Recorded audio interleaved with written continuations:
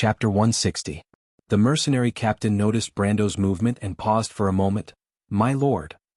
I'll go around to its back." Brendel interrupted him and said, "The ghost knight may be an undead, but its intelligence was close to that of a normal human. It wasn't going to stay here and let these weaklings slowly drag it to death. As long as it had about 10% of its HP left, it would decisively retreat. But of course, Brando would not let this opportunity slip away. No, it's too dangerous." The Nightsong Tiger paused for a moment. He could guess what Brando was going to do and quickly stopped him. "I'll go in your place." "You know what I'm going to do?" Brando retorted. As a matter of fact, he didn't want to do it. Although he was always the one to clean up the mess, he knew that the other party was a Spectre Knight, and in this world, even the slightest mistake was intolerable. It was not as simple as losing a level but losing one's life. Anyone who was faced with such a situation would be so nervous that their heart would be pounding.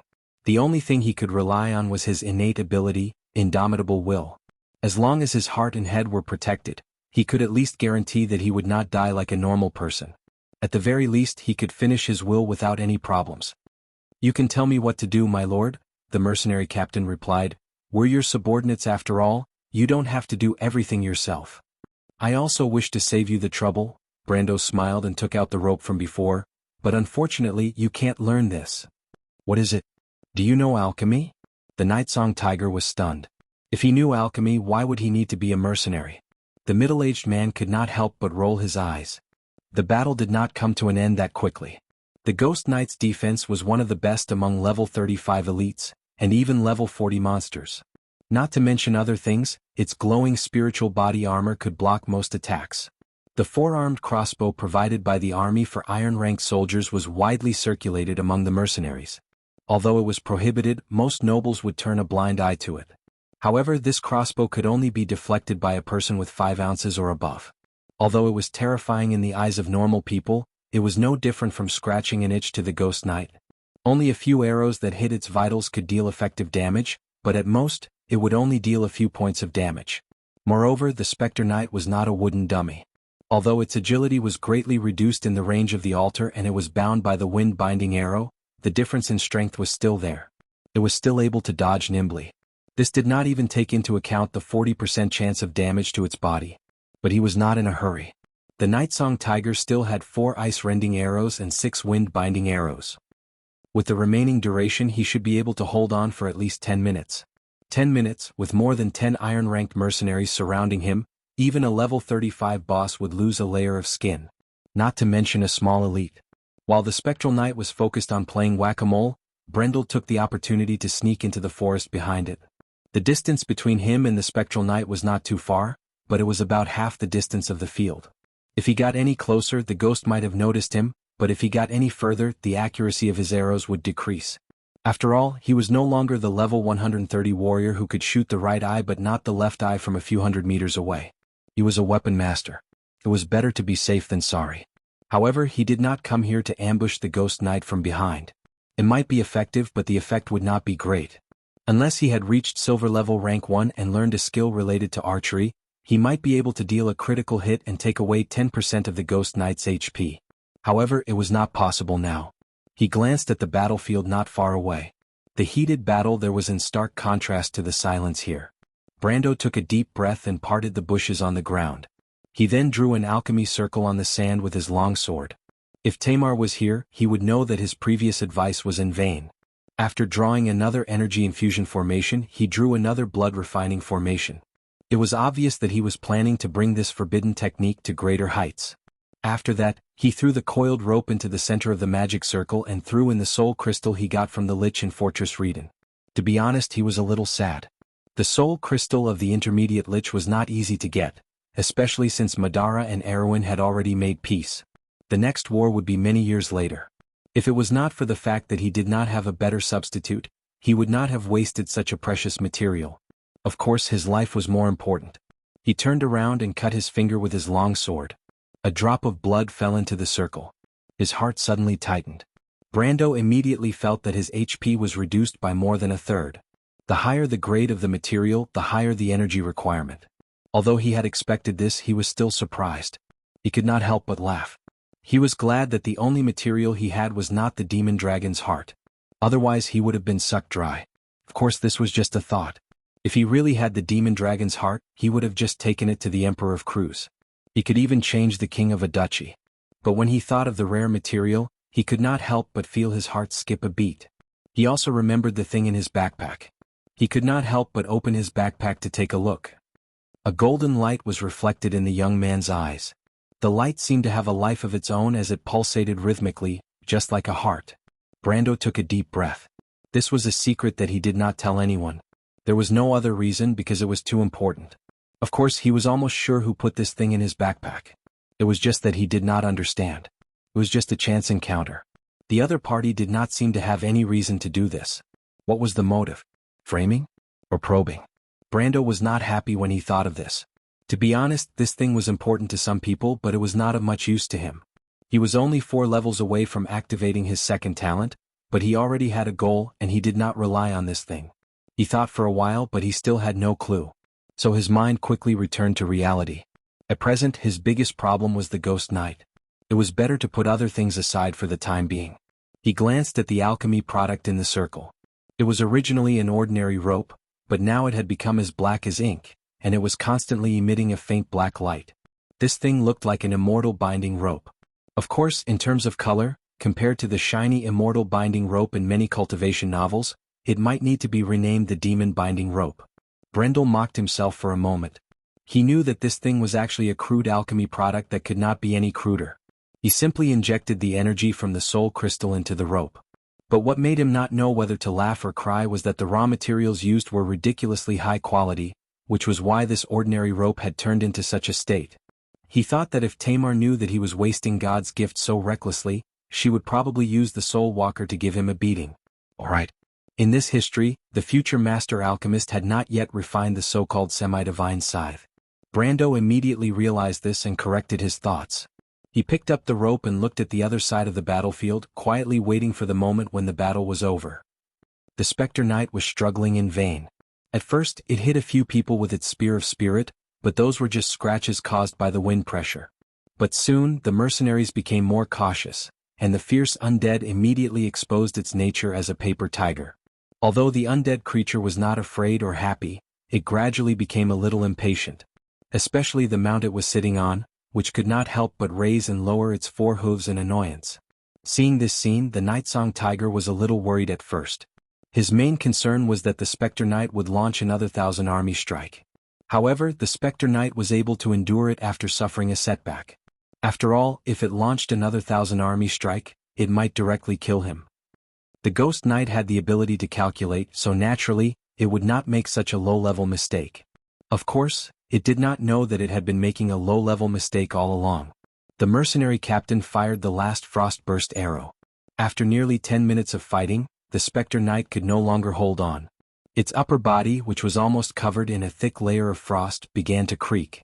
It then began to retreat. The undead creature retreated so quickly that it was almost beyond everyone's imagination. They thought that after being hit by so many ice bolts, the undead creature's mobility would be limited, but it seemed that it was only a little. The Nightsong Tiger reacted quickly and immediately shot another wind-binding arrow, but unfortunately, it did not have much effect. The mercenaries exclaimed in surprise, and some of them wanted to chase after it, but the Nightsong Tiger immediately stopped them. What a joke! If the Ghost Knight turned around and attacked them, they would all die here. It would be fine if they died here, but if Brando died, then they would be doomed eternally. The Nightsong Tiger looked at the forest. He knew that the mysterious lord would come up with a solution. Unknowingly, the mercenaries had developed a kind of trust in Brando. But as expected, 2 shining silver arrows appeared in the dark forest one after the other, like 2 white lines that stretched forward against the black background. It was so eye-catching. To be continued. If you want to know what will happen next, please go to www.chidian.com to read more chapters. Support the author, support the original reading. Chapter 161. Guiding Arrow. Someone shouted from the back. It was the Elementalist sisters. They were the ones who made the magic arrows, and only they knew the effects of the arrows. These 2 silver arrows had the most unique magic brilliance among all the types of magic arrows. Other than the guiding arrow, there was no other possibility. But in fact, even if they didn't say it, the other mercenaries also saw it. But why did their lord use the guiding arrow at this time? Although the guiding arrow was a magic arrow, its damage was no different from an ordinary crossbow. To put it bluntly, it was not as powerful as a steel crossbow shot from a four-armed crossbow. Other than its accuracy, it was useless. Could it be that the Lord knew the monster's weakness? This thought flashed through everyone's mind at this moment. But things didn't go as they wished, because they saw the two guiding arrows nailed into the trunks of two tall trees. With two soft sounds, the arrows went straight into the trees. Wait, did they miss? Everyone couldn't help but have such a strange thought at this moment. If it was possible, many of them would be sweating profusely at this moment. Since ancient times, no one had ever heard of anyone being able to deflect a guided arrow. What kind of powerful ability did one have to be able to deflect a guided arrow with magic? But this was not the time to be amazed by such a powerful ability. Wait, what is that? However, there were a few sharp-eyed mercenaries among the dozen or so mercenaries. They finally saw a thin line behind the two guiding arrows. No, it was not a line but a rope. The two guiding arrows that went into the trunks of the two tall trees pulled the rope straight up to the chest. At this moment, it was less than 3 meters away from the ghost knight who was galloping in the forest. A tripping rope. Everyone finally came to their senses. But they didn't have time to be amazed by Brando's wonderful idea, because there was another problem. The ghost knight was a spiritual creature, and physical restrictions couldn't affect it at all without hitting its core. Could it be that the Lord had not considered this point? The ghost knight desperately hoped that Brando had not considered this point. Unfortunately, things did not go as he wished. The number of ghost knights that Brando had killed in his previous life was probably more than the total number of ghost knights that had died in this world. How could he forget such a common-sense question? A black light flashed on the rope, and the ghost knight and his horse stood up high.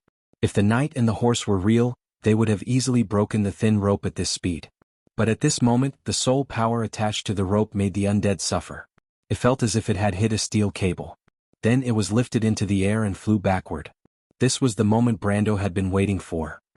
The ghost knight was too agile and he could not aim while riding on his mount. However, it was different now.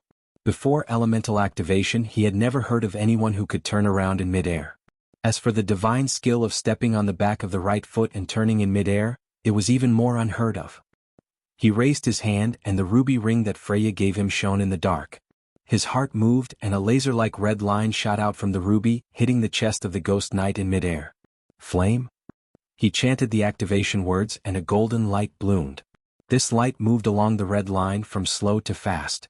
In the blink of an eye, it had hit the undead that had not had time to fall to the ground. At that moment, it was as if the surrounding starlight had dimmed and was absorbed by a point with the golden light as the center. The surroundings became extremely dark, and then a ball of fire seemed to bloom from the center of the darkness. With a roar, the air shot in all directions like knives. The air traveled so fast that the sound was misplaced. After a moment of extreme silence, Brando heard a terrible roar that swept through his entire hearing. With the explosion as the center, all the trees within a 10-meter radius were vaporized, and the soil crystallized.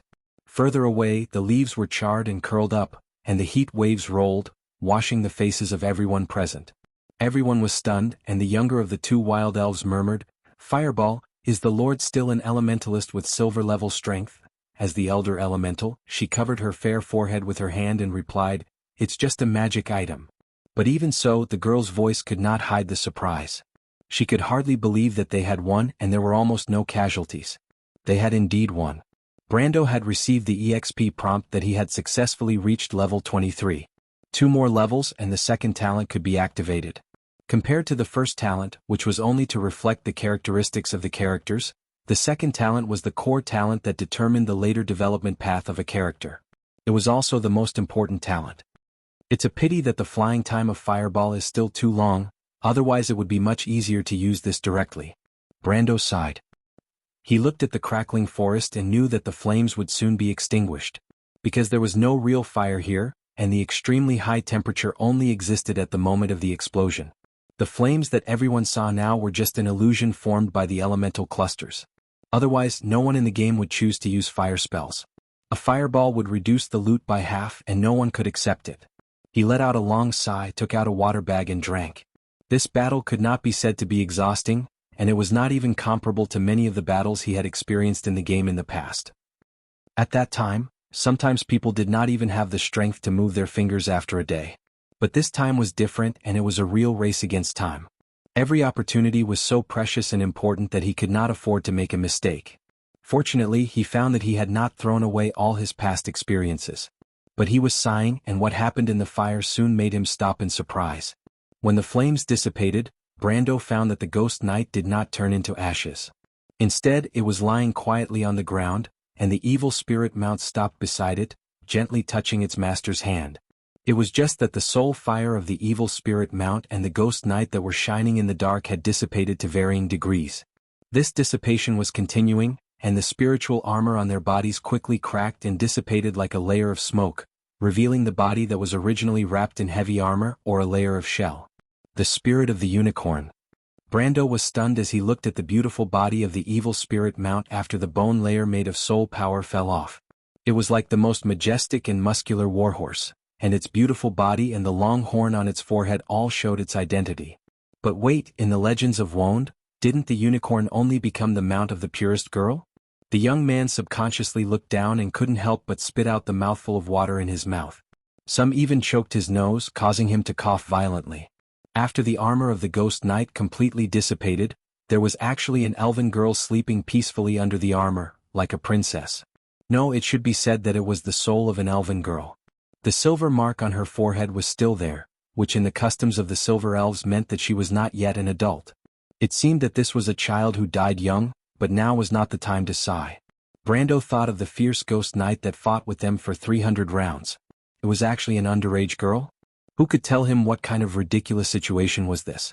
But fortunately, the soul of the elven girl was still wearing a very soft long dress after the spiritual armor disintegrated, so Brando would not be in a more awkward situation. At this time the others gathered around. They originally came to congratulate their lord and celebrate. But just like Brando, when they saw the appearance of their enemy, they were all stunned. This is... The Nightsong Tiger looked at the translucent spirit lying quietly in the middle of the empty space created by the fireball and did not know what to say for a moment.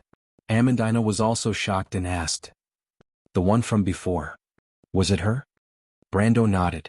Even though it was a little unbelievable, it seemed to be the truth. Besides, it wasn't impossible.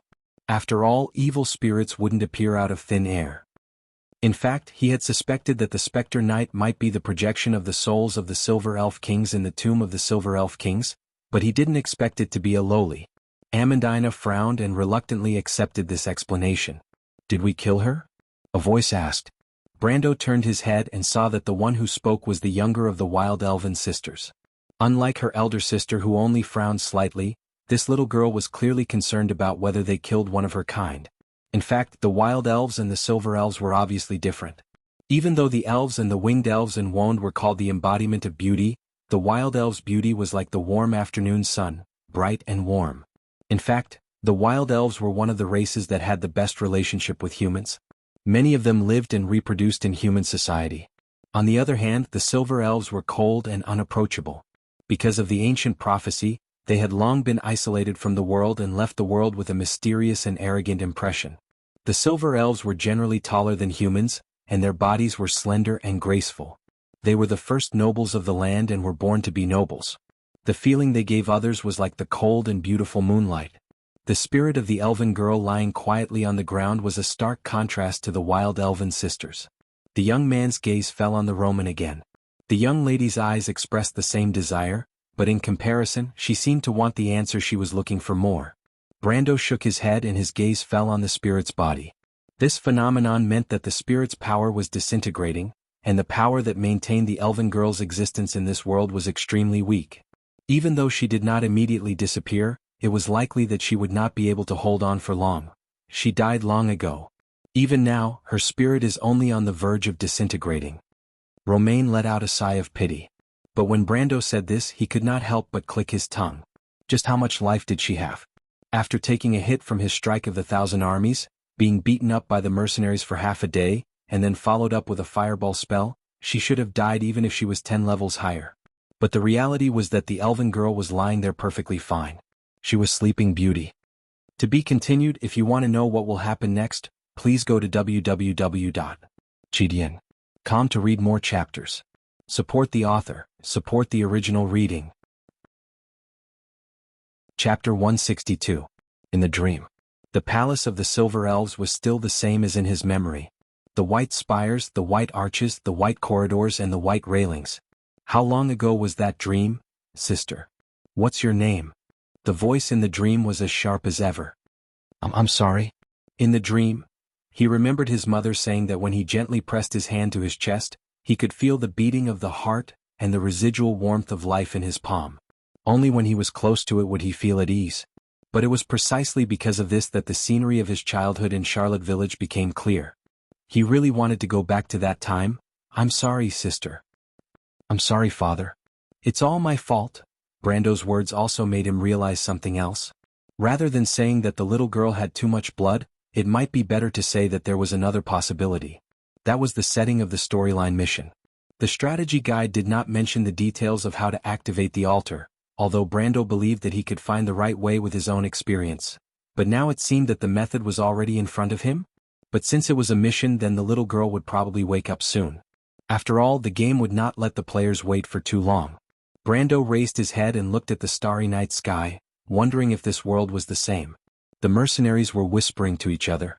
Amandina grabbed Roman's hand and looked nervously at the underage silver elf girl on the ground.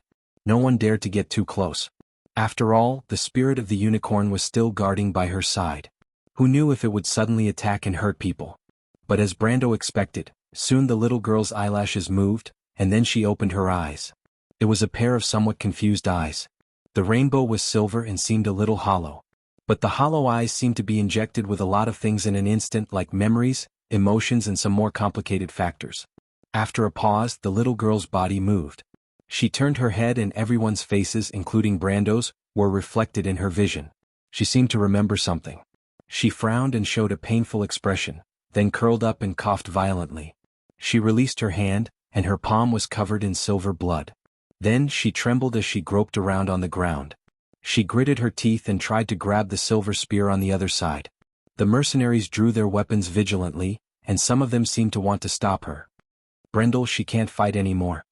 Amandina turned around and whispered to Brendel. The elven girl's previous performance seemed to have touched this noble lady.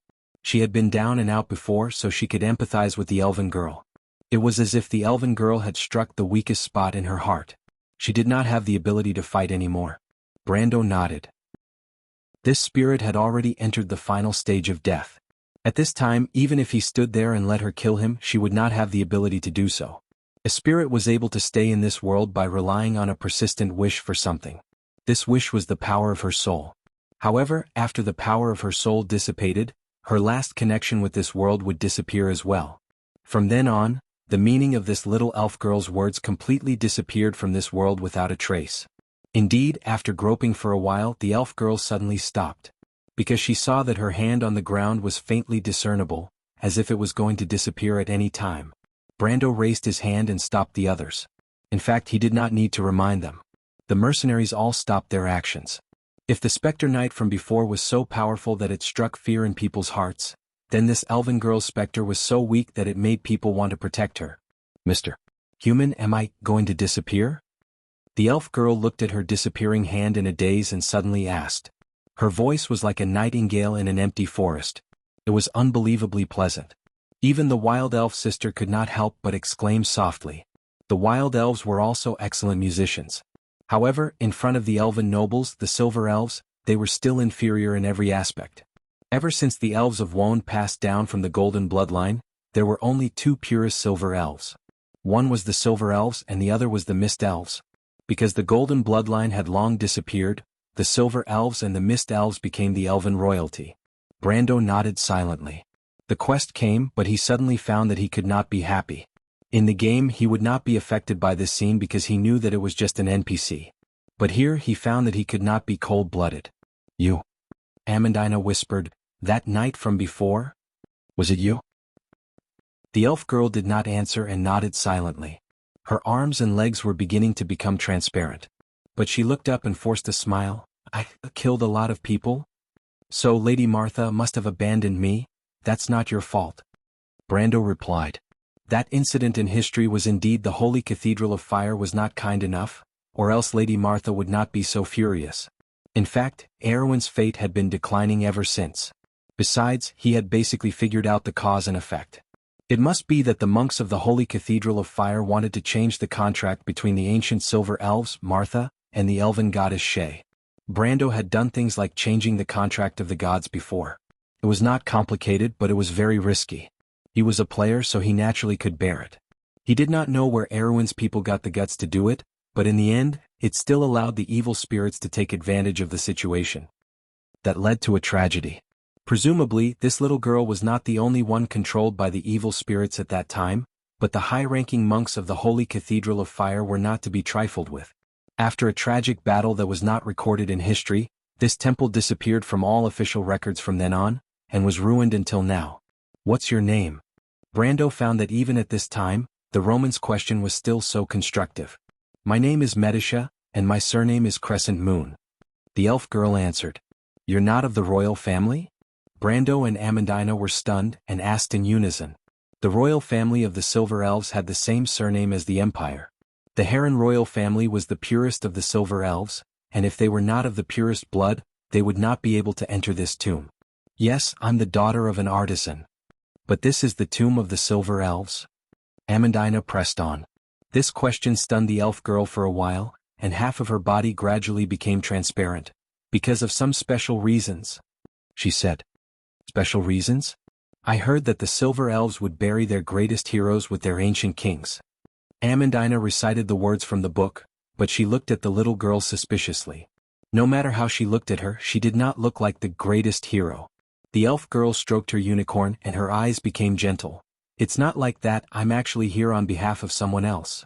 What? Brando almost spat out a second mouthful of water. In that era he had heard of people taking exams on behalf of others, but he had never heard of people occupying tombs on behalf of others. What is this? Waiting in line? But Amandina was much sharper than him and she immediately asked, dying on behalf of others? Or buried with others? Brando was stunned. Substitute.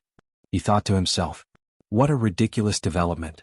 Who would have thought that the noble and elegant Silver Elves would do such a thing? They look no different from humans. But the elf girl immediately shook her head. I'm here of my own accord. Of your own accord? Brando was in disbelief. A faint smile appeared on the elf girl's face as if she thought of something proud. I'm here on behalf of my sister, no, for the princess. When she said this, the lower half of her body was almost transparent to the point where it was almost invisible. Wait. Brando interrupted her. Sister? Your Highness, what's going on? My mother is an elven artisan of Chero village. But my father is the emperor of the Heron Empire.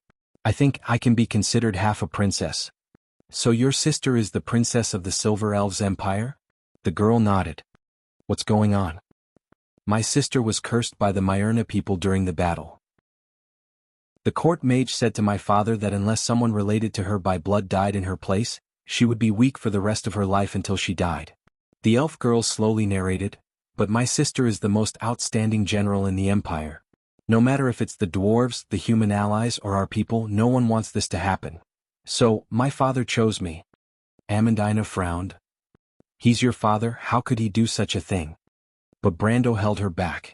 She did not understand how powerful the Dark Dragon was in the Year of Chaos. Every race paid a huge price to fight against that existence. Medisha's father was the ruler of the Heron Empire, so it was normal for him to make such a choice. He looked at the elf girl and was silent for a while. Then he asked, Why are you telling us this? Because I want to ask you for a favor? As expected, Brando thought. What favor? The lizard men in the forest took my sister's necklace from my tomb. I don't know what they want to do with it. But without that item, the curse won't be able to stay on me. I'm worried. Amandina was depressed and could not help but interrupt her. You're going to disappear and you're still worried about others. The elven girl glanced at the noble's daughter and smiled. Because of this, I hope that my disappearance will be more meaningful. Amandina was speechless. This is your own matter, we have the right to refuse, right? Brando asked again. Even though his rationality told him to accept this request, he did not know why, but he was a little angry when he saw this girl who seemed to be aloof from worldly affairs. The girl looked up and her eyes flashed with a hint of slyness. Human? Sir, you're here to seek the help of the ancient kings, right? Her body was almost completely transparent. You know?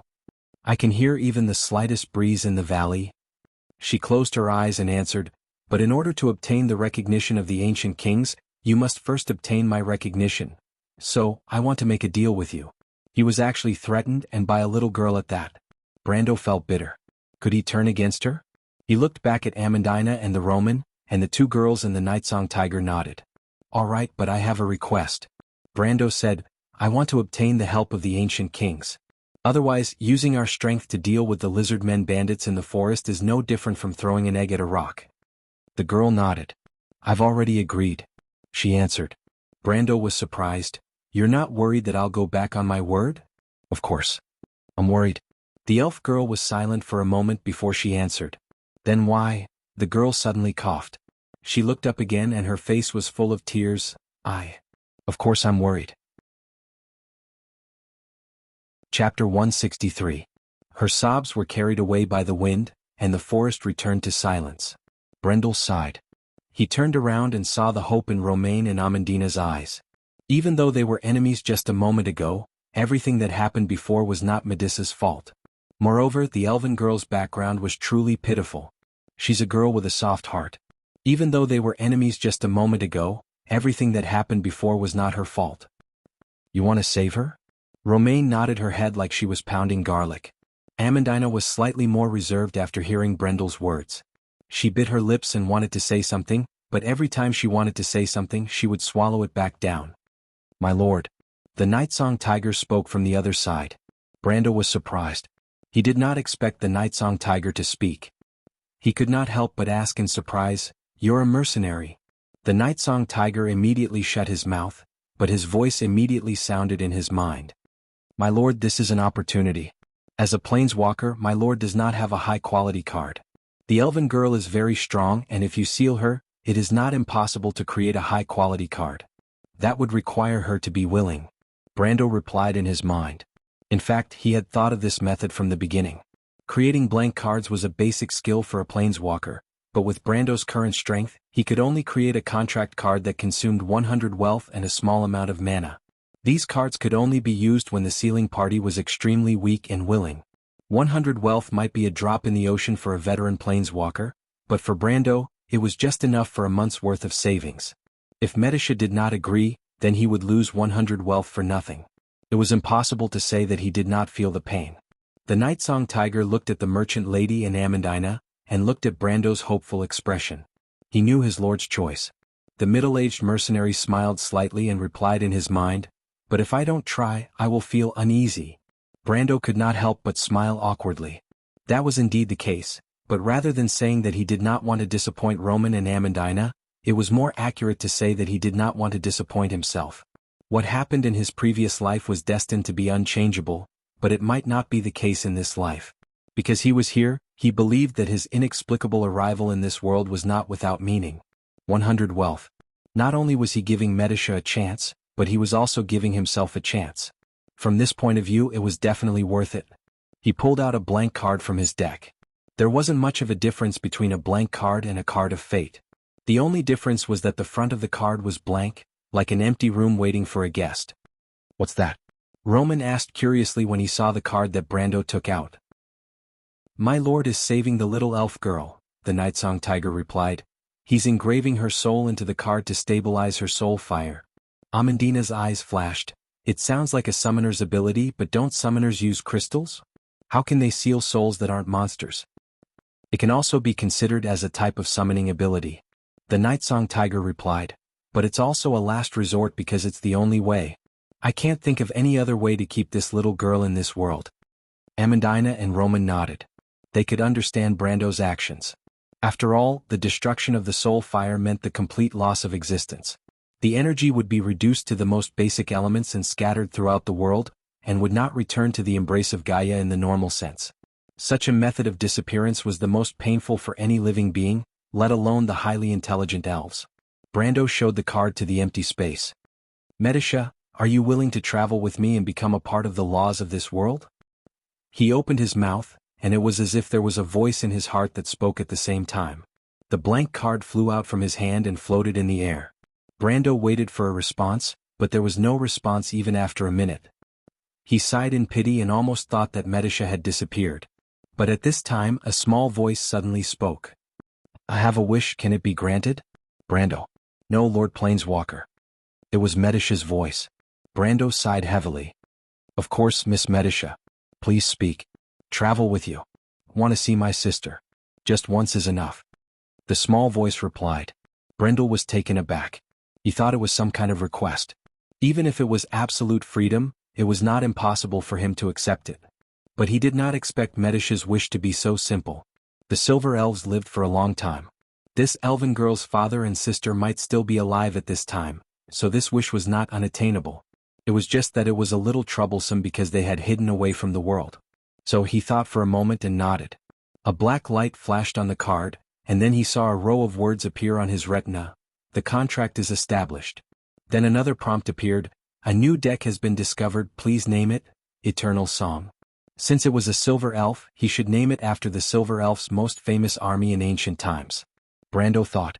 After the light on the card faded, it fell down to his hand. Brando picked up the card. On the card was a female knight wearing silver armor and holding a shuttle-shaped spear with a gentle smile. It was Medisha.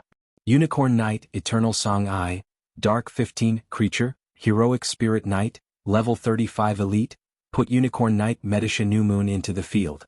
Maintenance cost, when Medisha New Moon is in the field, pay Dark 1/6 of wealth per day. The elven flag flutters high, the heart shines, the sword shines. Brando held the card and did not know what to do for a moment. The card responded with a cold touch, proving that it was not a normal card. Brando also thought about how high the quality of Medisha's sealed card could be. After all, she was an existence that had entered the gold tier. But he did not expect it to be a silver tier card. An ancient item. Other than the Sword of Light, this was the second ancient item he had obtained. Tumen had told him that the cards of fate were much rarer than magic items of the same tier, so he had thought about what the second ancient item he could obtain would be. But he had never thought that it would be a card of fate. But reality had given him a heavy blow. Now it seemed that he did not lose that 100 wealth. Instead, he made a huge profit. Brando wanted to laugh out loud, if not for the fact that he had to maintain his image in front of his subordinates. He had always had a headache because of the various powerful enemies he encountered. He even thought that he was cursed in this life, or else why would he have to do things that were beyond his level? First he fought Madara's army as a newbie. Then he defeated the White Knight before reaching level 15.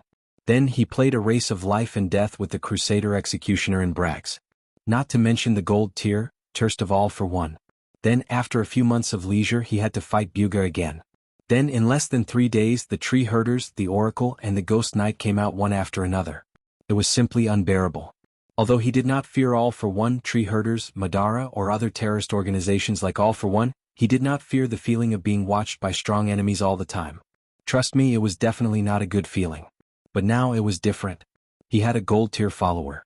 Even if it was only a gold tier follower, at least in the southern part of Erewhon, he could do whatever he wanted. No matter how powerful the Tree Herders and All for One were, they could not send a gold tier assassin to kill him, right? That was a method used by these two organizations to deal with enemies of the Count level and above. Brando did not think that he had reached that level yet. Moreover, even if a gold tier opponent came with his experience and Medisha's strength, it would be easy to deal with the problem. It was better than him, who was not even a silver tier, having to bite the bullet, right? All in all, at this moment, he felt that the dark clouds had parted and the sun was shining. This is the feeling of riding on someone's coattails. Good people have good karma. Brando could not help but think to himself. Then he turned his head and held back his laughter as he waved the card of fate in his hand to the others.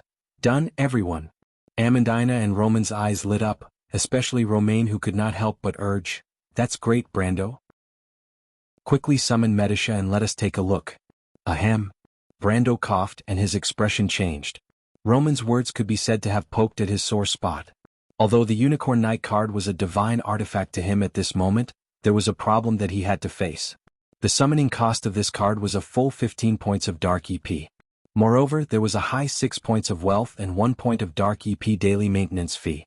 Not to mention where Brando was going to find so many Dark EP, just the 6 points of wealth daily maintenance fee was enough to make him bankrupt. The rich gold mine card that he had attached to the Sacred Tree's secret ground only brought in 4 points of wealth daily, and he still had to deduct 2 points of Mercenaries of Lopez maintenance fee. If he added Medisa into the equation, he would need at least 2 gold mines to make up for it. Brando could not help but smack his forehead. Only now did he know that salt and rice were expensive. To be continued. If you want to know what will happen next, please go to www.chidian.com to read more chapters. Support the author, support the original reading. Chapter 164. It took a lot of effort to explain the summoning rules of the Cards of Fates to Romain and Amandina. After explaining that he was temporarily unable to summon Medisa, Brendel's identity as a planeswalker was also revealed. Fortunately, the perceptive noble lady didn't suspect the mercenaries of Lopez for the time being. After all, it was too unimaginable. However, Brando was not worried that they would find out the truth. The reason was simple: the only person Amandina could rely on was him. He believed that he had the ability to make her trust him. Of course, this was nonsense. Brando thought to himself that he had been in this world for 500 years and 100 years. If he still could not deceive a little girl, then he would not be worthy of being called a hardcore gaming nerd in his previous life. He put away the Unicorn Knight card and then ordered 2 mercenaries to investigate in the direction of the temple. At the same time, a few mercenaries had already brought him the spoils of war. As the Ghost Knight, Medisa only left behind 2 items, a pair of boots and a crystal.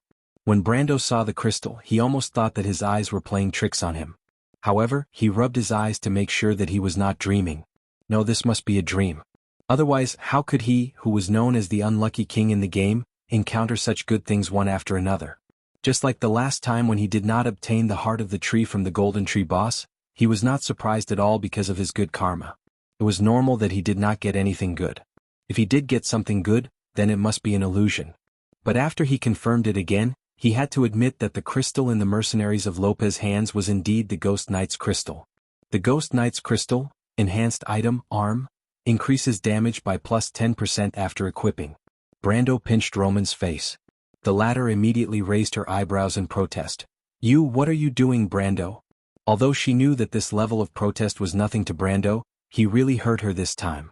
She could not help but complain loudly. "No, I'm just making sure that I'm not dreaming." Brando replied as if he was sleepwalking. "Pinch yourself, damn it." Roman was so angry that he lifted his boots and kicked him. This time, Brando knew that he was not dreaming because of the pain. Hiss. "Serves you right. Roman, you're not allowed to wear boots next time." "No way." Amandina couldn't help but shake her head as she looked at the 2 of them who had suddenly become like children. She saw the mercenaries snickering and knew that their lord must be in a good mood to be like this. However, when she looked at the crystal, she wondered if it was really that important. This is the Ghost Knight's crystal? As she thought about this, she couldn't help but ask her question. Not only her, but the others were not idiots, especially the Nightsong Tiger. They were all waiting for Brando to tell them what the crystal was for. In their hearts, Brando's knowledge was already common knowledge, so they were not surprised. Hearing the noble's question, Brando stopped. He nodded and replied, "Yes, this is the Ghost Knight's crystal." Then he could not help but smile. "It seems that my prophecy came true. A day trip to Amberlight is inevitable." Compared to the value of the crystal itself, the mercenaries were obviously more willing to hear this. They did not understand what a prophecy meant, but a day trip to Amberlight was easy to understand. Hearing this, they could not help but cheer in unison. Although it was a creature summoned by a card, it still had its own memories and feelings. But Amandina did not care about this. Amberlight was Erwin's largest free port. When she was very young, she went there with her father once, but other than the prosperity, it did not leave a deep impression. But when she remembered her irresponsible father, she could not help but deliberately avoid this thought and asked, "Is this crystal really that important?" "Of course." Brando answered matter-of-factly, his tone was so indisputable. As an item that appeared in the previous versions of the Amber Sword, it could still be sold for a sky-high price of 300 million Tor in the later stages of the game.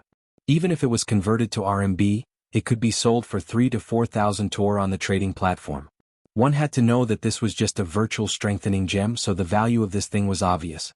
The enhancement crystal was a type of implant, and a level 20 character could have 3 spots to enhance: arms, head and torso.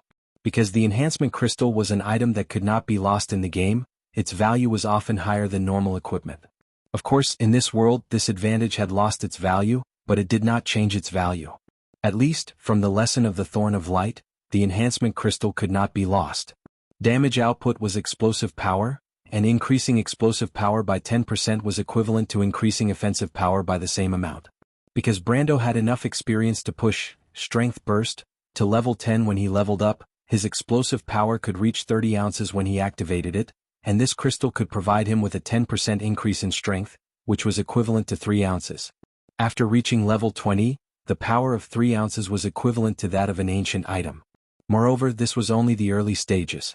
What would it be like when he had a few hundred OZ in the later stages? Brando could imagine how much this thing could bring him. If this thing has a price, Brando smiled and said as he picked up the crystal, then it's worth 300 million. 300 million. The mercenaries' faces turned green. If Brando said that this thing was worth 3 million, they might have felt their breathing quicken. However, 300 million was the annual revenue of a wealthy duchy. These mercenaries who were born commoners didn't know how to react to this number. They could only think that Brando was joking. Not only them, even the Roman did not believe him. Amandina lightly snorted and glared at Brando. Amandina furrowed her brows, thinking that this guy was boasting again. But Brando did not care whether these people believed him or not. He happily implanted this thing into his right hand, and it immediately flowed into his body through the crystal. But he was already used to this feeling in the game, so he casually picked up the pair of metal shin guards. However, as soon as he picked it up, he almost screamed and threw it away. Flesh shin guard, brass, plus 10. 5% movement speed, plus 5 vitality, level requirement, 20. Equipment level, 20 ounces. Brando suddenly felt that the world was a little unreal, even though this world was not real to him. But was this a sign of the end of the world? He definitely did not believe that he would be promoted to the legendary face fighter one day. A Spectre Knight crystal and 8 brass equipment. After all, it was only an elite quest boss. It wasn't even considered a boss. He was stunned for a moment, but he immediately remembered something. Who was the one who went to loot the corpse? He hurriedly asked. Loot the corpse? Everyone was stunned. What did that mean? But when Brando saw the expressions of his subordinates, he realized that he had said something wrong. In a moment of panic, he even blurted out, loot the corpse. He hurriedly coughed and corrected himself. I meant, who was the one who went to clean up the battlefield? This question was a little complicated. Was there a need to pay special attention to cleaning up the battlefield? The mercenaries looked at each other and there was a moment of silence. But finally a voice spoke. It was me, my lord. What's the matter? The voice was a little cold. Brando turned his head and saw that it was the elder sister of the Elementalist sisters. She raised her head to look at him, but it was difficult to hide the trace of nervousness in her eyes. When Brando spoke so hurriedly, it was inevitable that she would think that she had done something wrong. Nothing, Brando nodded. In the future, the task of cleaning up the battlefield will be handed over to you. Meh. The elven lady was stunned. She held back and pressed one hand to her chest and asked again. Anyone could see that this was a rare honor, but she did not understand what she had done to attract the Lord's favor. She thought for a long time, and could only think of some bad habits of some nobles, so she could not help but look at Brando with a little suspicion. But Brando was not in the mood to explain to her. He was only secretly happy in his heart. I used to lead a group with bad hands, but now I finally have a good hand and a soft girl at that. Just looking at her is pleasing to the eye. In the game, the flesh armor was the standard equipment for a meat shield. Brando wanted to turn the most experienced mercenary leader, the Nightsong Tiger, into a meat shield, but the creatures summoned by cards could not use items outside of the rules. Although these mercenaries could pick up a long sword and shoot with a longbow, they could not enjoy the benefits of magic items. If they wanted to equip a piece of equipment, they could only use the method of attaching. For example, if Brando attached the Holy Sword card to the mercenaries of Lopez, it meant that he could designate one of the mercenaries to wield all the effects of the Holy Sword card. Of course, he still had to pay for it himself. On the other hand, the Roman and Amandina were not combat members, so of course they did not need this pair of flesh armor. Brando had no choice but to wear it himself. To be honest, he could not help but feel a little guilty. If he did this in the game, he would probably see a post on the forums by tomorrow morning. 2 or 3 things I know about the hairy man Brando, Captain Brando. At this time, the 2 mercenaries that were sent out to investigate the shrine came back from afar. To be continued. If you want to know what will happen next, please go to www.chidian.com to read more chapters. Support the author, support the original reading. Chapter 165. In the temple of the elven goddess Shay, the sealed altar was opened again after nearly 2 centuries. Brando saw tall elves with cold expressions, long silver hair tied behind their heads, silver-pointed helmets, double-ended swords in their hands, and pure white silver-plated armor on their bodies. They walked down from the obsidian altar with large strides. Their faces were cold and their long silver hair was tied behind their heads. They wore silver-pointed helmets that protected their faces, and they held double-ended swords in their hands. They were pure white chainmail armor that was plated with silver. The Silver Elves were known as the strongest heavy infantry in the continent. The Elven Guards. 20 Silver Elves appeared on the altar one after another. They all nodded at Brando and stood neatly on both sides of the altar. Finally, a faint shadow appeared in the center of the temple. It was like a spirit that was slowly taking shape. Clang. The mercenaries behind Brando unsheathed their swords. But Brando was not nervous. He could guess what was going on and nodded slightly. Under everyone's nervous gazes, the blurry figure gradually became clearer. Facial features gradually emerged from the white shadow. Finally, an adult elf wearing a silver robe with silver hair and silver eyes, and even his skin was light silver in color, appeared in front of everyone. He raised his chin and looked at everyone with an indifferent gaze. He was taller than everyone in Brando's group. Even among the Silver Elves he was considered tall and sturdy. The Silver Elf glanced at everyone with a stern gaze. Even the Nightsong Tiger could not help but lower his head in fear. Even though it was just a blurry figure, everyone held their breaths as they felt the strength of the person in front of them. The first and only possibility they thought of was that this was one of the ancient kings of the Silver Elves. The Silver Elf thought for a moment and asked, "You are all humans?" Everyone, including Brando, nodded. "Who is he?" Amandina could not help but whisper to Brando's back. "I think he is the first king of the Silver Elves, Azoth. I have seen his face in the engravings before." Brando blurted out. The holographic image of the 11th king of the Silver Elves could be found on the forums. Brando was certain of it, but he could not say it out loud. Otherwise he would be labeled as a fraud. But just as he finished speaking, the giant elf lowered his head and looked at Brando. "You know me?" Brando could only nod. What else could he do? The ancient Silver Elves had all experienced the War of the Holy Saints. They came from the Age of Chaos, the Age of Chaos. One had to know that in that era, there were still golden bloodlines walking on the earth. The various races were all descendants of the Silver bloodline, and there were countless powerful individuals. For someone like Medisa who had the strength of a gold-ranked warrior, it might seem inconceivable in the present day, but at that time, there were plenty of them. The forum had estimated the levels of a series of powerhouses in that era. The conclusion was that the 4 holy saints were at least level 180 and above. The leaders of the dwarves, humans, and elves at that time were probably not lower than level 150. As for elemental activation, it was the basic requirement for a warrior. Those below gold were cannon fodder. All in all, it was a mythical era. Of course, these estimates were based on fragmentary information. There might be some errors, but Brando thought that even if there were, it would not be too far off. Just like this Azoth in front of him. He was just a shadow standing here, but the pressure he gave him almost made him unable to breathe. His experience was that of a level 130 warrior. He could not be compared to the Roman and Amandina. The Silver Elf King Azotha's soul pondered for a moment and said, "Thank you for the child Medisha. But on the other hand, you came here to ask for something, right?" Brando nodded again. Didn't Medisha say that it would be fine as long as she agreed? Why did this Azoth come out? Could it be that the little girl was lying? But Medisha had become his summoning card now. It seemed like he could not find her even if he wanted to denounce her. But Azoth paused for a moment and continued, "So what help do you want, former ally?" The Elf King's voice was very low. It seemed that he was not used to the modern cruise language, so he spoke very slowly. But everyone understood the meaning of his words. They were stunned. So easy to talk to? But Brando understood that the problem was not that simple. But he still answered honestly, "I want to deal with the lizard men bandits in the forest.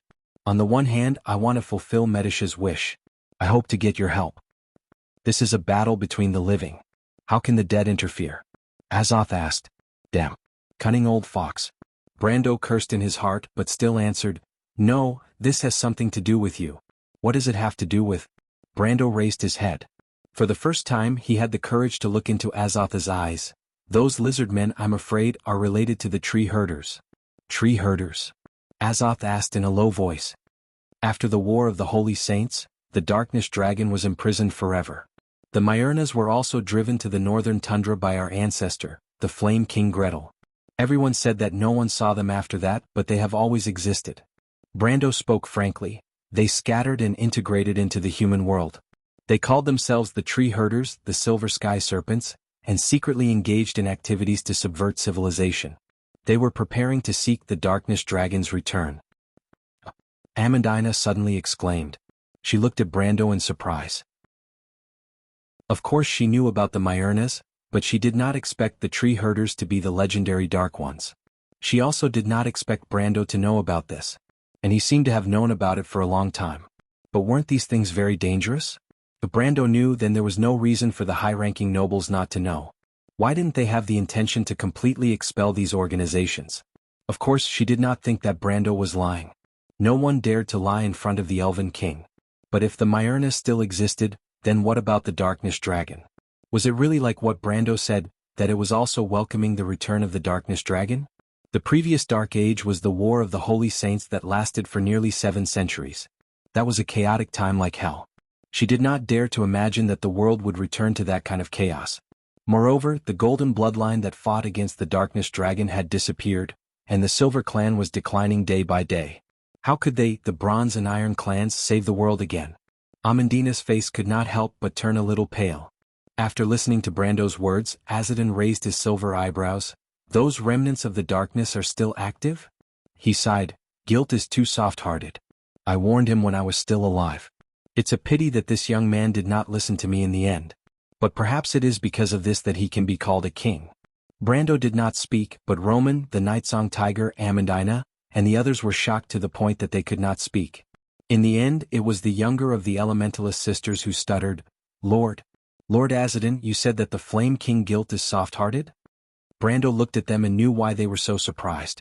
The Flame King Guilt was known for his coldness and ruthlessness in history.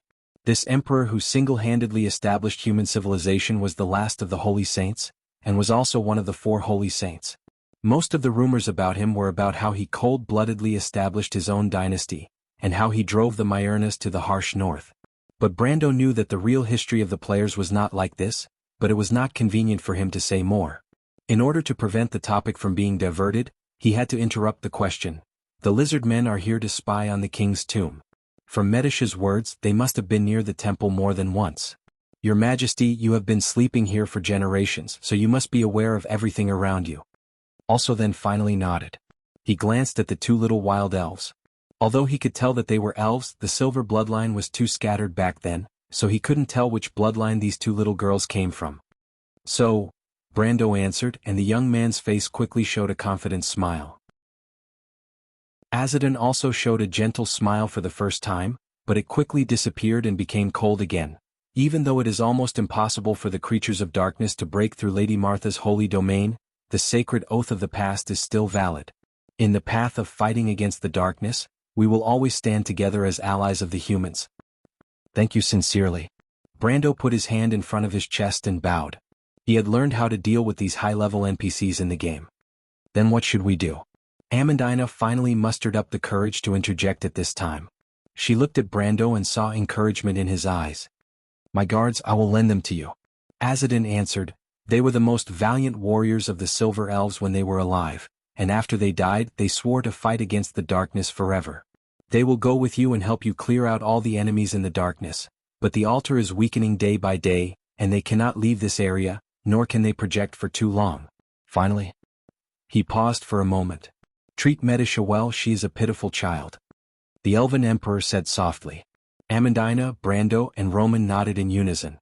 Amandina quickly turned her head and whispered to Brando, He trusts us that much? She thought that there would at least be a test or something, but she did not expect Azadin to be so easygoing. Of course, Brando's expression was solemn as he whispered, You don't understand under what kind of circumstances the alliance between the humans and the races were signed in the era where they lived. The agreement that was called the Sacred Covenant almost did not involve any benefits, and was purely an agreement made for survival. In that era, the races that fought against the Dark Dragon's rule were as close as brothers, or else there was no need to continue the war. Are you talking about the War of the Holy Saints? Amandina asked softly. Brando nodded. But suddenly his heart skipped a beat, and he frowned and immediately turned his head in a certain direction. He immediately saw the Nightsong Tiger's eyes with the same expression. The mercenary leader did not say a word, and only whispered to him in his mind, Card resonance. To be continued. If you want to know what will happen next, please go to www.gdn.com to read more chapters. Support the author, support the original reading. Chapter 166. The battle was long over, and Conrad and the Dark Bishop of the Disciples of the Black Flames were patrolling the battlefield. White smoke rose from the ashes and there were corpses everywhere. The corpses of disciples in black robes, demons and mercenaries were still alive in this world not long ago. Now, after the blood in their bodies cooled down, their skin became something like glue, like a pile of molds. He took a few steps forward and flipped over the corpse of a mercenary in leather armor. The mercenary groaned, and the demon leader frowned and ended his life with a stab.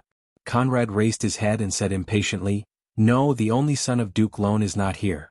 That bastard Makarov, since you know him so well, why did you come here to fight?" The Dark Bishop replied with a gloomy voice, "We lost a lot of men because of that tall bastard beside Makarov. How can you reap the rewards if you don't invest?" Conrad raised his head and smiled, licking his lips. He pulled out a blood-stained sword from the corpse and pointed at his subordinates, "Bring the rest of the captives here." A few trembling Grey Wolves mercenaries were quickly brought forward.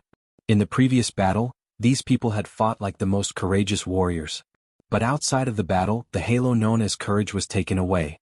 They found that they had no power to resist, especially after seeing the bloody scene of their companions being swallowed alive by the demons. Only then did they realize that their strength was not enough to control fate. Once they understood this, the fear of the unknown gripped their hearts.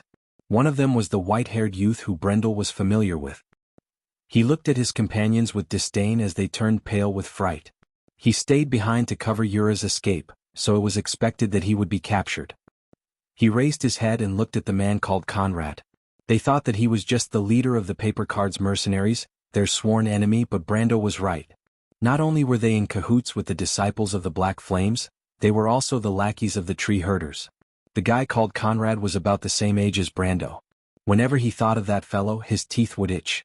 Ever since he was young, other than his father, no one had dared to lecture him like that. This was simply a type of humiliation, and it made him gnash his teeth in anger. At that moment, Rady had already viewed the man in front of him as the same type of person as Brando. He looked at him with the most disdainful gaze in an attempt to infuriate him. "As long as he comes looking for trouble with me, I can humiliate him and show those useless fellows the courage of the Grey Wolves mercenaries." He had such a plan in his heart, but he didn't expect Conrad to be slightly startled when he saw the look in his eyes. Then he just smiled. He shifted his gaze and looked at the other mercenary. "Looking down on me?" Lady was furious. He struggled to rush over. However, with the dark mercenary pressing down on her shoulder, she couldn't move at all. Even if she wanted to curse, she couldn't because her mouth was tied with something. She could only let out muffled sounds. He saw Conrad walk to the mercenary on the far right and whisper something to him. The mercenary was stunned for a moment before he shook his head with difficulty. He originally thought that Conrad would at least interrogate him, but he didn't expect that the demon would just shake his head and drag his companion away. Lady couldn't see what was behind him, but from the miserable screams of the mercenary, he could imagine that it was definitely not a good place to be taken away. Then he heard a series of crashing sounds, as if the bones were being pulled out of the flesh and the organs were slipping out of the body. The miserable screams gradually lost their strength and turned into howls. Finally, it turned into a hoarse sound followed by a low growl. The sound finally disappeared, but the remaining mercenaries couldn't help but shiver. Then Conrad walked to the next mercenary and asked something. That mercenary was actually scared silly. He knelt on the ground and couldn't say a word. The young mercenary leader shook his head regretfully and stood up. He looked at the mercenary who was backing away and stabbed his sword into the mercenary's eye before kicking him away. He clapped his hands and ordered his subordinates to drag the corpse away. There were only 3 mercenaries left, including Lady. The white-haired youth saw that his 2 companions were scared out of their wits.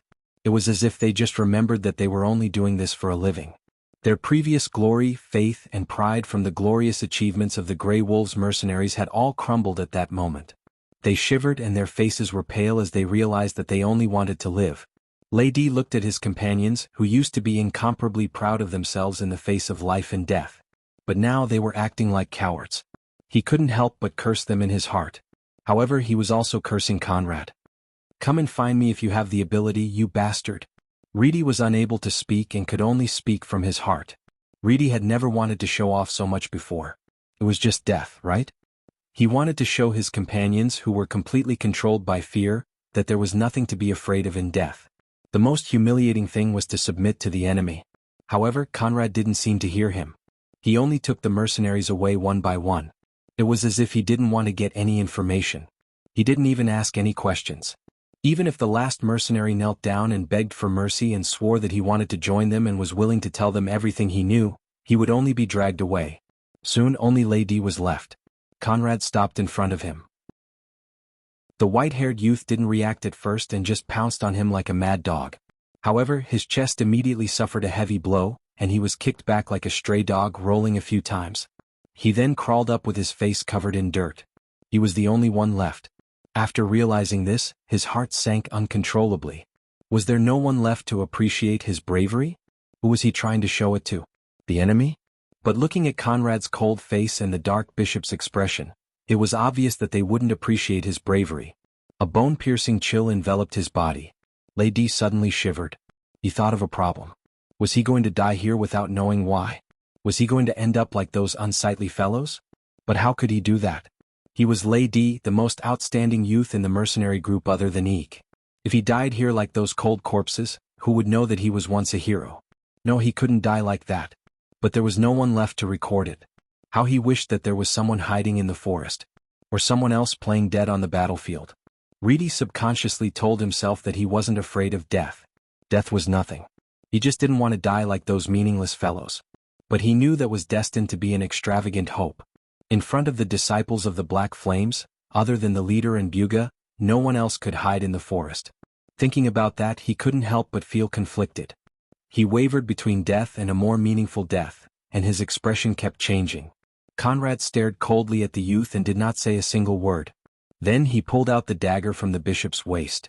Reedy shuddered as he finally realized that death was approaching. But he didn't expect Conrad to not say a word. He was a bastard, the descendant of the knight Marco, the descendant of the Erewhon nobles. He struggled, but he immediately felt the cold blade of the dagger against his neck. No, he didn't want to die. Lady's heart finally showed despair at the last moment.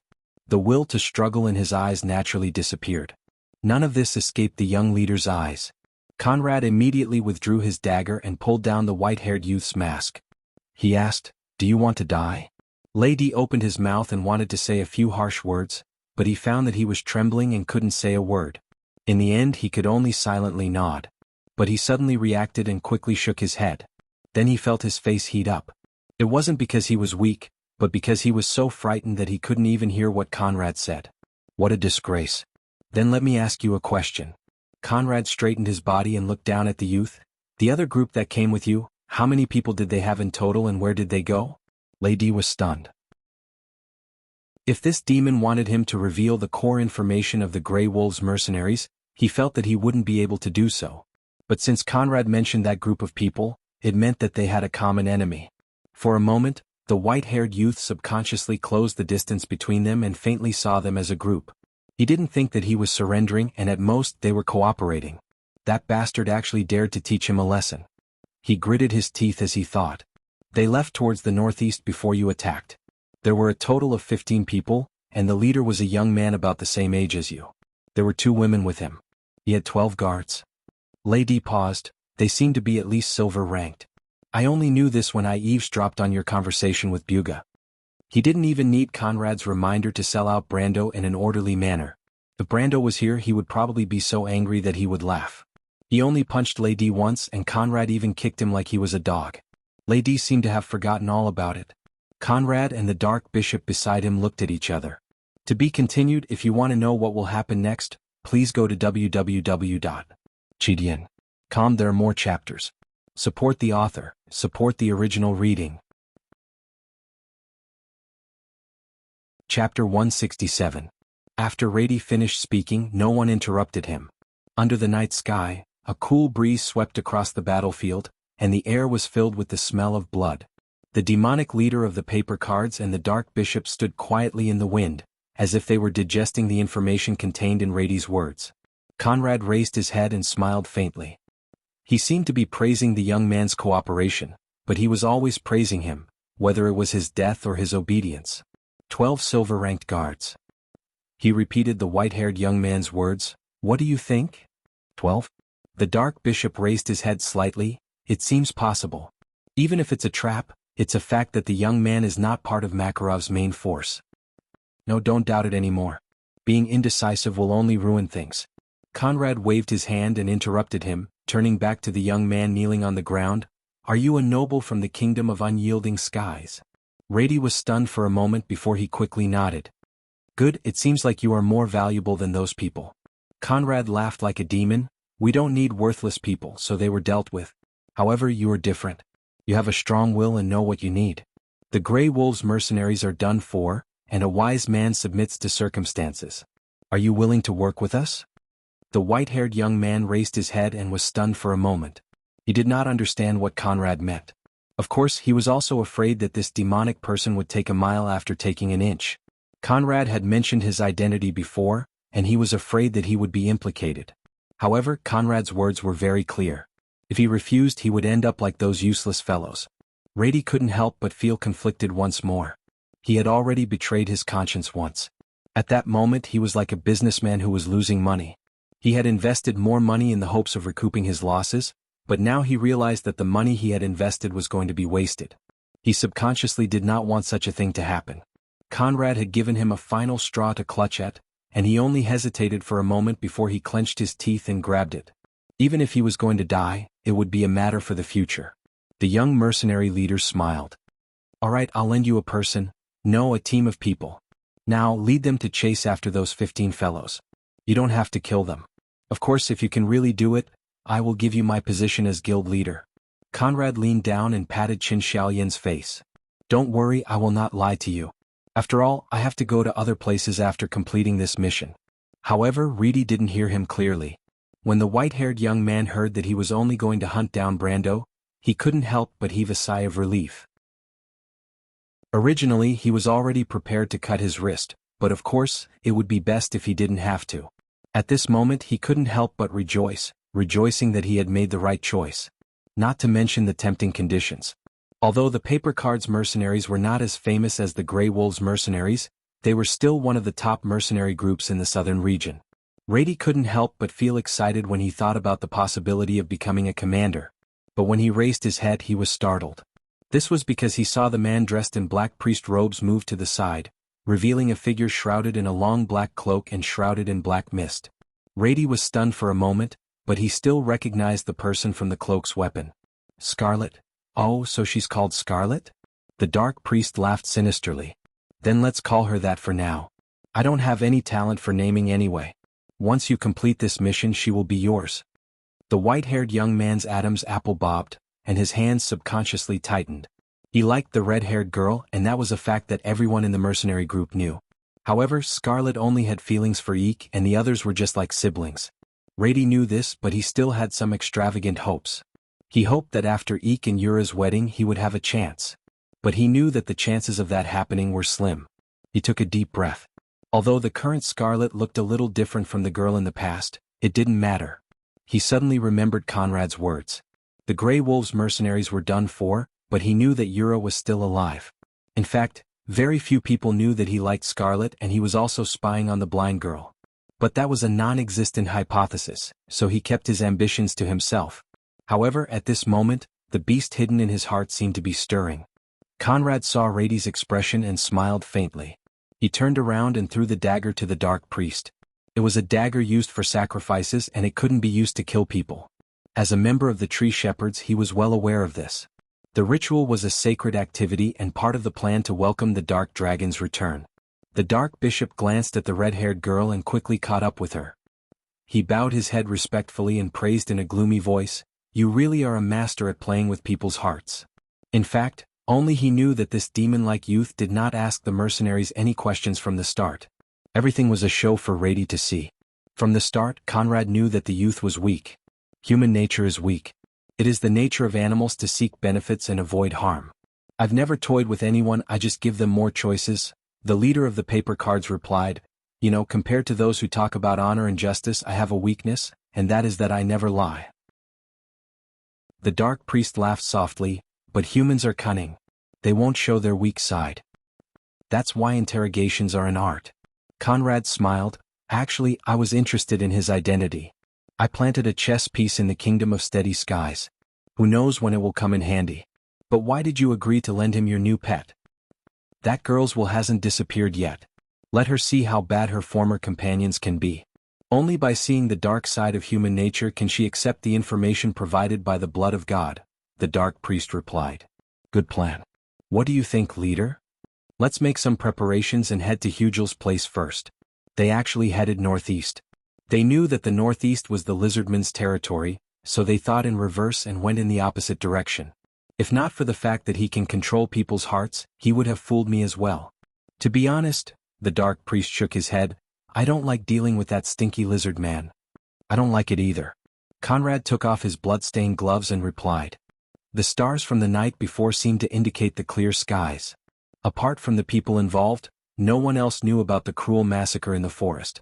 The only trace left behind was the faint black smoke behind Brando's group.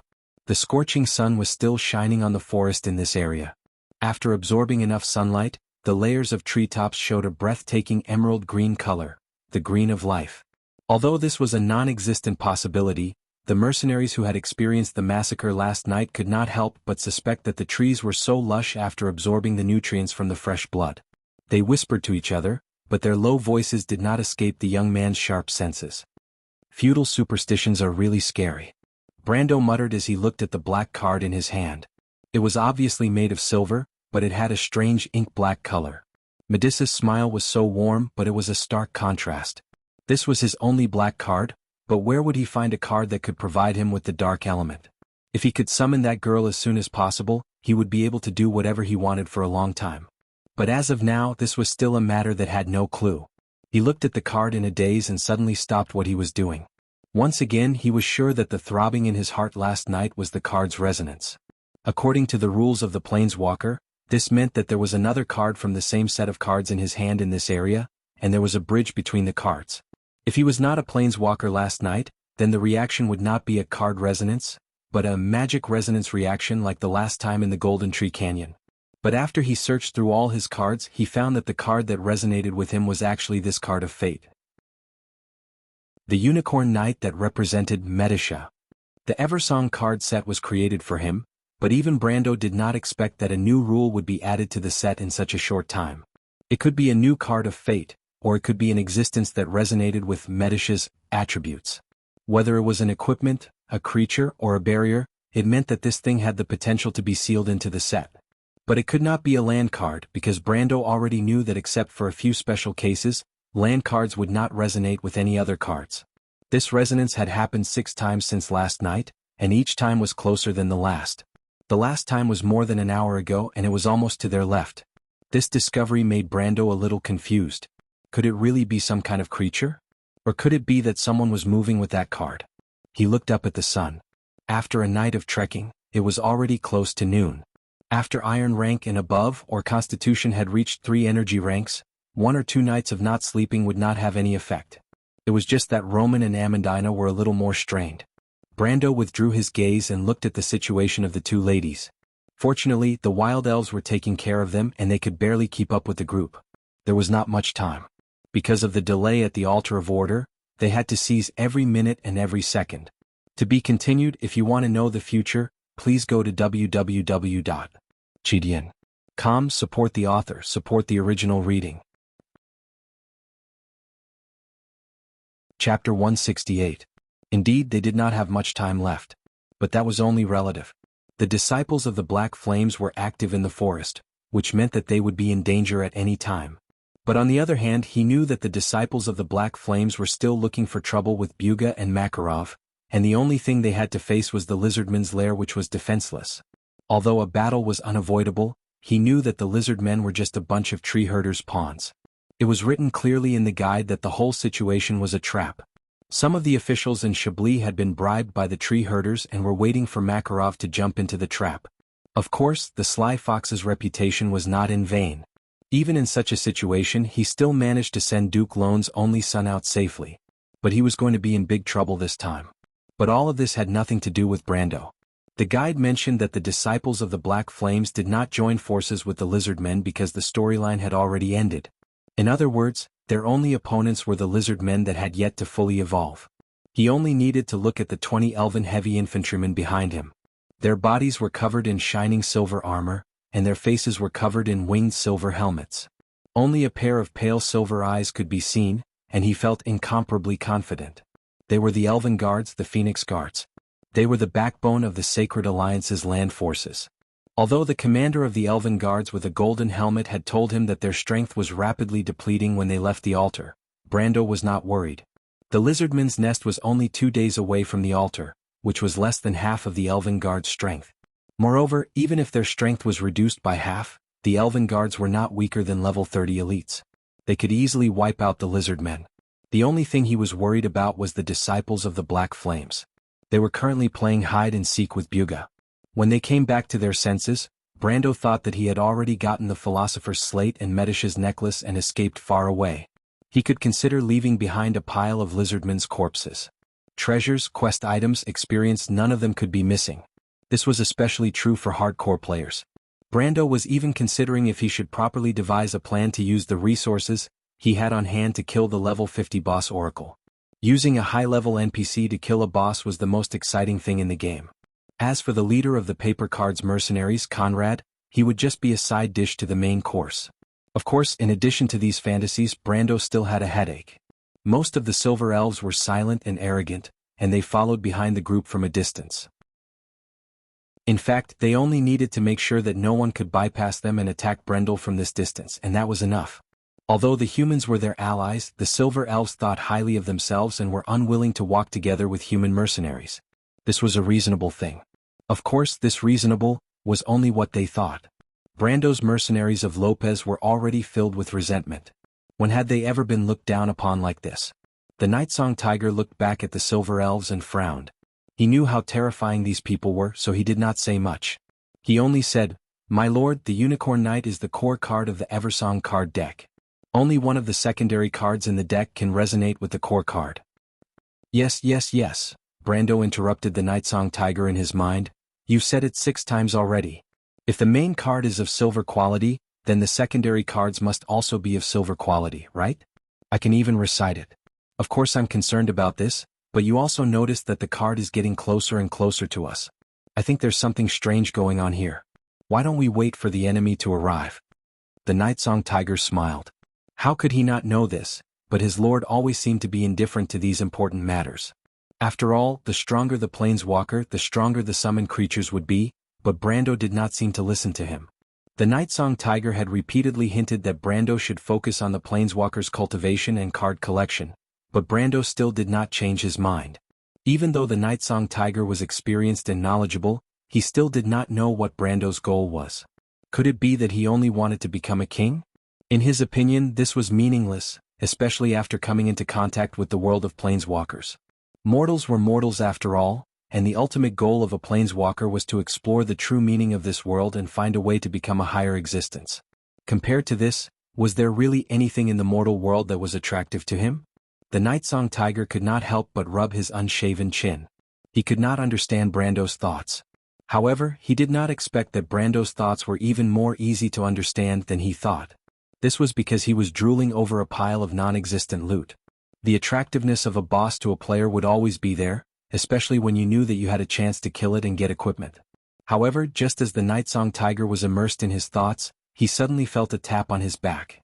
This was no small matter. Brando turned around and saw a shiny golden helmet and a pair of silver-gray eyes. It was the Elven Commander.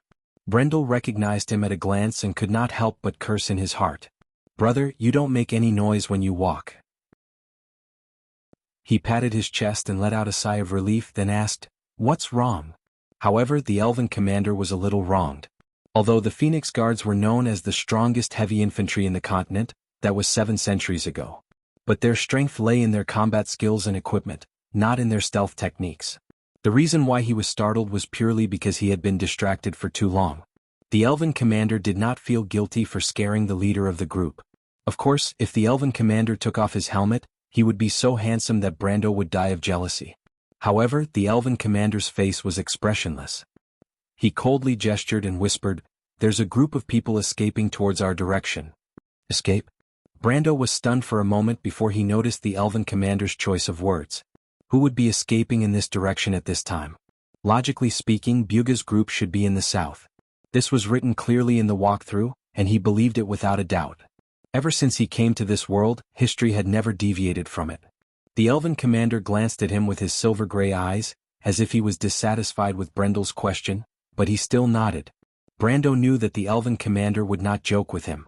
In fact, he had always doubted whether the elven commander would joke with him. Or perhaps the word joke did not exist in their dictionary. But that was not important. He immediately raised his hand and signaled for the others to stop. Brando had already established his authority in this group, except for the elven commander. Once he raised his hand, the mercenaries immediately stopped. Amandina and the Roman who were originally sleepy suddenly woke up. Romaine raised her head and asked curiously, "What's wrong, Brando?" Brando gestured for her to be quiet. Soon he heard the rustling of footsteps through the bushes. The footsteps were messy, as if they were in a panic and did not know where to go. It was obvious that a group of people was escaping. Brando looked at the elven commander beside him and could not help but admire him. As expected of a high-level NPC, his alertness is not something a normal player can compare to. He had seen many players go out adventuring as if they were on a spring outing. It was simply unbearable to look at. Of course, the players were strong, and sometimes even if they were ambushed, the result would be written in the opposite direction. He tilted his head and listened carefully. Sure enough, he heard another sound from further away. It was the pursuers, and they had mounts. Brando's expression immediately became serious. There were only two forces that could use mounts in this area. One was the lizard men and their traditional dragon hunters, and the other was the disciples of the Black Flames and their demons. It was difficult for a warhorse to display its advantage in the forest, especially in a hilly forest like this. Brando had never seen anyone who was so reckless as to ride a warhorse in a hilly forest. He immediately ordered everyone to spread out and prepare for battle. But in the next moment, the panicked escapees entered his field of vision. There were 6 people in a row, half male and half female. They were all dressed in ragged clothes like refugees. Their bodies were covered with various wounds, but at least they did not lose their weapons. Not losing their weapons meant that they did not lose their fighting spirit. Under these conditions, it was enough to show that they were extremely outstanding mercenaries. Because of this, Brando had already recognized them from their attire. They were mercenaries from the Grey Wolves mercenaries. No, these people were not just mercenaries from the Grey Wolves mercenaries. Brando narrowed his eyes. These people were the Judlon mercenaries, a rare group of heavy infantry in the Grey Wolves mercenaries. He had seen them before. But he immediately frowned. Something was not right. According to the strategy, the disciples of the Black Flames and the Grey Wolves mercenaries should not appear in this direction. He thought for a moment and thought that they might be mercenaries that got separated from Buga's group. Even though the possibility of them getting separated was small, but compared to the other possibility, Brando was more willing to believe that was the reason. When the mercenaries saw Brando's group, they were obviously shocked. Their faces were filled with despair. But in the next moment, one of them recognized Brando. In fact, Brando also recognized him. He was the young man who spoke a few words with Rady that afternoon. Of course, compared to the hot-tempered white-haired kid, he had a much better impression of this young man. He remembered what the other party's name was. "All right, Sanford. Mr. Brando, please help us." When Sanford saw Brendel, it was as if he saw his savior. His entire body seemed to have been sucked out of him, and he knelt down and shouted anxiously as he raised his head. Even though Brendel did not like to meddle in other people's business, he was not someone who would not help others when they were in danger. Furthermore, he had the support of the Phoenix Guards, and it was the best time for him to take advantage of the situation. He knew that the Grey Wolves mercenaries were gone, and even though Makarov had treated them as cannon fodder, it did not change the fact that most of them were experienced warriors. They were mercenaries and there was no other path for them to take. If that was the case, he could buy them over. The Judlon mercenaries were one of the best mercenaries. Brendel nodded and ordered his mercenaries to protect these people. At the same time, he asked the question that he was most concerned about at the moment: "What's the matter? Why are you here?" But before Sanford could answer, his pursuers had already answered for him. Rustling sounds could be heard from the forest not far away. The leaves rustled and a few knights riding on wild boars rushed out from behind. Of course, those were not wild boars. Other than the wood elves, Brando was probably the only one who could recognize what the disciples of the Black Flames were riding. They were lesser demons, a type of demon that looked like a wild boar but had brown and green spots all over their bodies. They had 4 pairs of fangs and 4 pairs of eyes. Lesser demons were one of the most important components of the demon cavalry. Being the mounts of the disciples of the Black Flames was a good choice.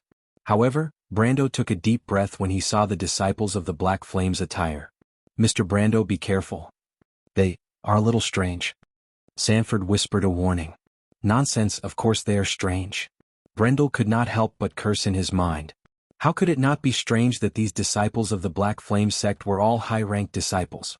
These were the elite cavalry of the disciples of the Black Flames. Why would they chase after these 5 mercenaries who looked like beggars?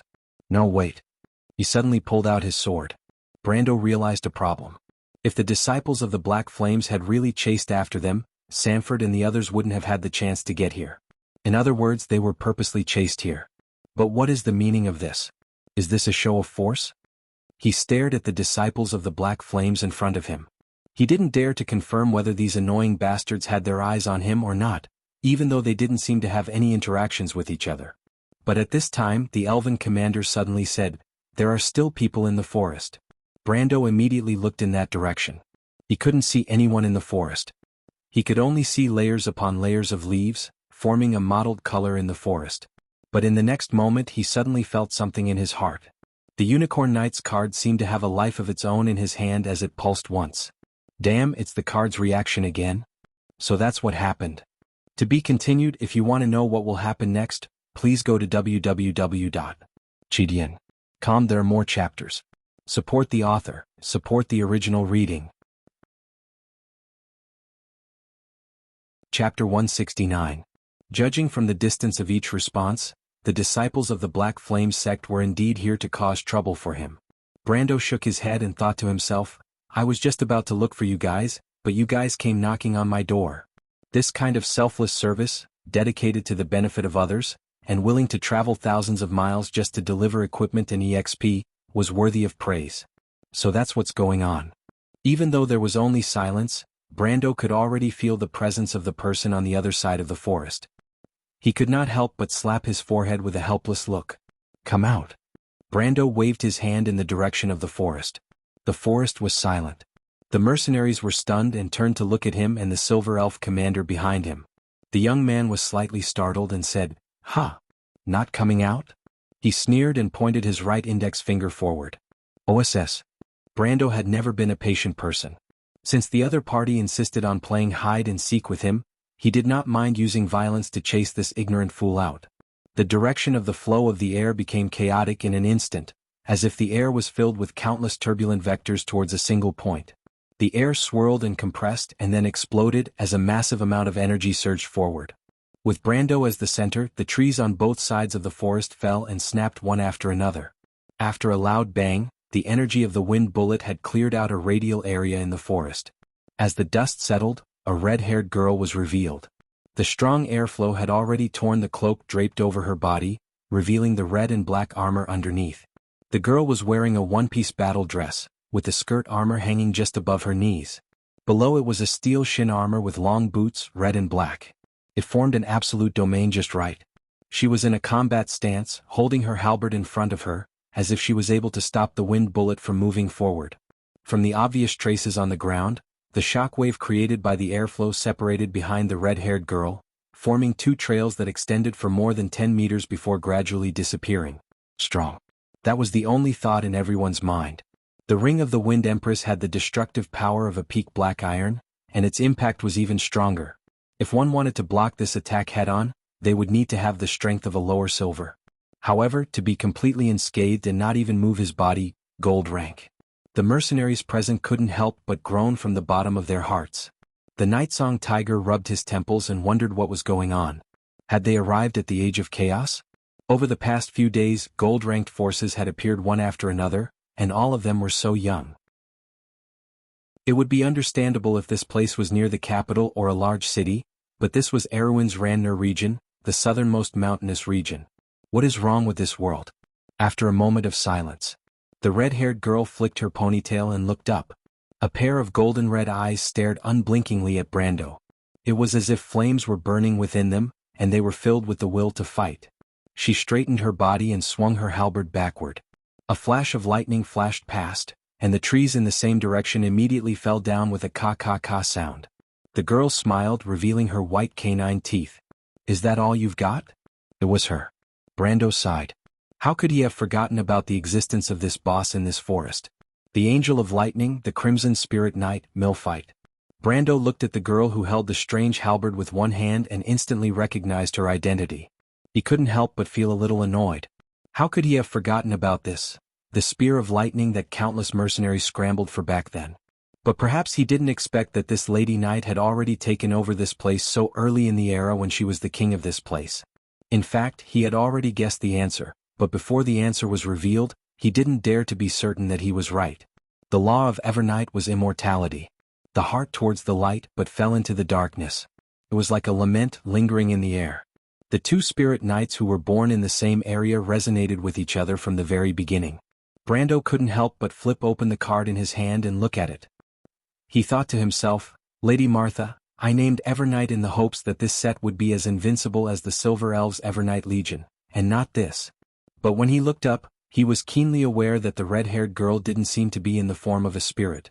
But she was no different from Milphite. Regardless of the way she attacked or her appearance, they were all so similar. But Milphite was clearly an incomplete angel in history, and he was in the form of a spirit.